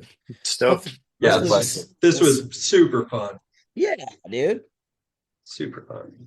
Good hanging out with you guys outside of some event that we were at, you know. It's a hash church. And it will Better go than for a long church. time. It is much better than church. We don't like impose our will on anyone here. Although I do think that Etienne's message was good, and you should let it impose on you a little bit. All people out there that are sitting back and listening, be imposed. It hit the heart. It hit the heart for sure. Get up your ass. Yeah. Yeah, thank you for keeping up the good fight. Yes. What I do. That I is have a what you tattoo do. on my forearm. God bless you. It says Daima Senshi, which is Cannabis Warrior. Nice. Had it for decades. Fuck yeah. Cool. Are you sure that's what it says? Are you? What if that guy was playing a joke? No on you and it no says, regards. No Chicken. good. No regards. No regrets. No regrets. Or it could, hey, Mark, it could say Min Sao. Possibly. You guys know Possibly. what Min Sao is in Mandarin? I can guess. What's that? Low key horny. Low key horny. I don't know why someone taught me that. That was on your prior trip. Prior, as in before, or prior the snowboard company? Prior trip to China when I wasn't there. Yeah. Well, shout out to Chris Pryor anyway, who had a wonderful company. It still exists. Chris is unfortunately not with us anymore, but he started Pryor Snowboards. Mm-hmm. And made the awesome snowboards for the Whistler backcountry. Very, very good stuff. All right. Well, thank you guys so much for coming on. Thanks to the press club for sponsoring Hash Church always. They're our annual sponsor, as well as Puffco. Shout out to you both. And huge shout out to CannaBrand for spending the whole show with us and just being an awesome fucking group of homies that I'm always happy to see whenever we get to bump in, and more so now that I can come to the US. So we'll see. Maybe it'll be Colorado, because if you guys go in May, I will definitely go in May. I'm going to go there. In fact, I've been talking to Levi from Low Temp, and we're thinking of maybe doing a Bubbleman Low Temp course, like a 1 day, like come, spend the day making hash with me, and probably Dan will be there as well. Dan, if I do come out for that and we set that up with Low Temp, I'd like to come to the lab and work on the Osprey for a couple of days, make some kilos of hash, and then go teach the course. I think that would be really fun. That'd be great. So that'll be around May 15th. If I end up, we'll have to talk to Levi still, but hopefully that happens. And if it does, I'll see you guys. That would be the best time for you guys to come. Absolutely. Link up there, and maybe even make a little trip down to New Mexico on that same trip. Absolutely. Let's do it. Awesome, guys. Well, thank you all for watching. We had a schwack of people watching the show today, and we appreciate you guys always. Thanks to Bingo Lombardi for holding down the chat. Boro Josh and Booth 9666 and Baker B Drew, all of the above. Thank you guys for watching. Thanks to the sponsors. Thanks to the CannaBrand team. And thanks to me, because fuck, if I wasn't doing this, none of you would be here. Just joking. You probably would be. Etienne would be hosting it. You don't need me. I just wanted to pull the Snoop Dogg there for a few minutes and be conceited. Atomic value. It was funny, right? All right, everybody. May the full melt bless your bowl sooner than later. And we'll see you next time on Hash Church. Peace out, everybody. Thank you. See y'all. Later. Thank you, guys. Bye, Jake. Peace out. We're going to stop that. We're going to stop this. We're going to stop everything.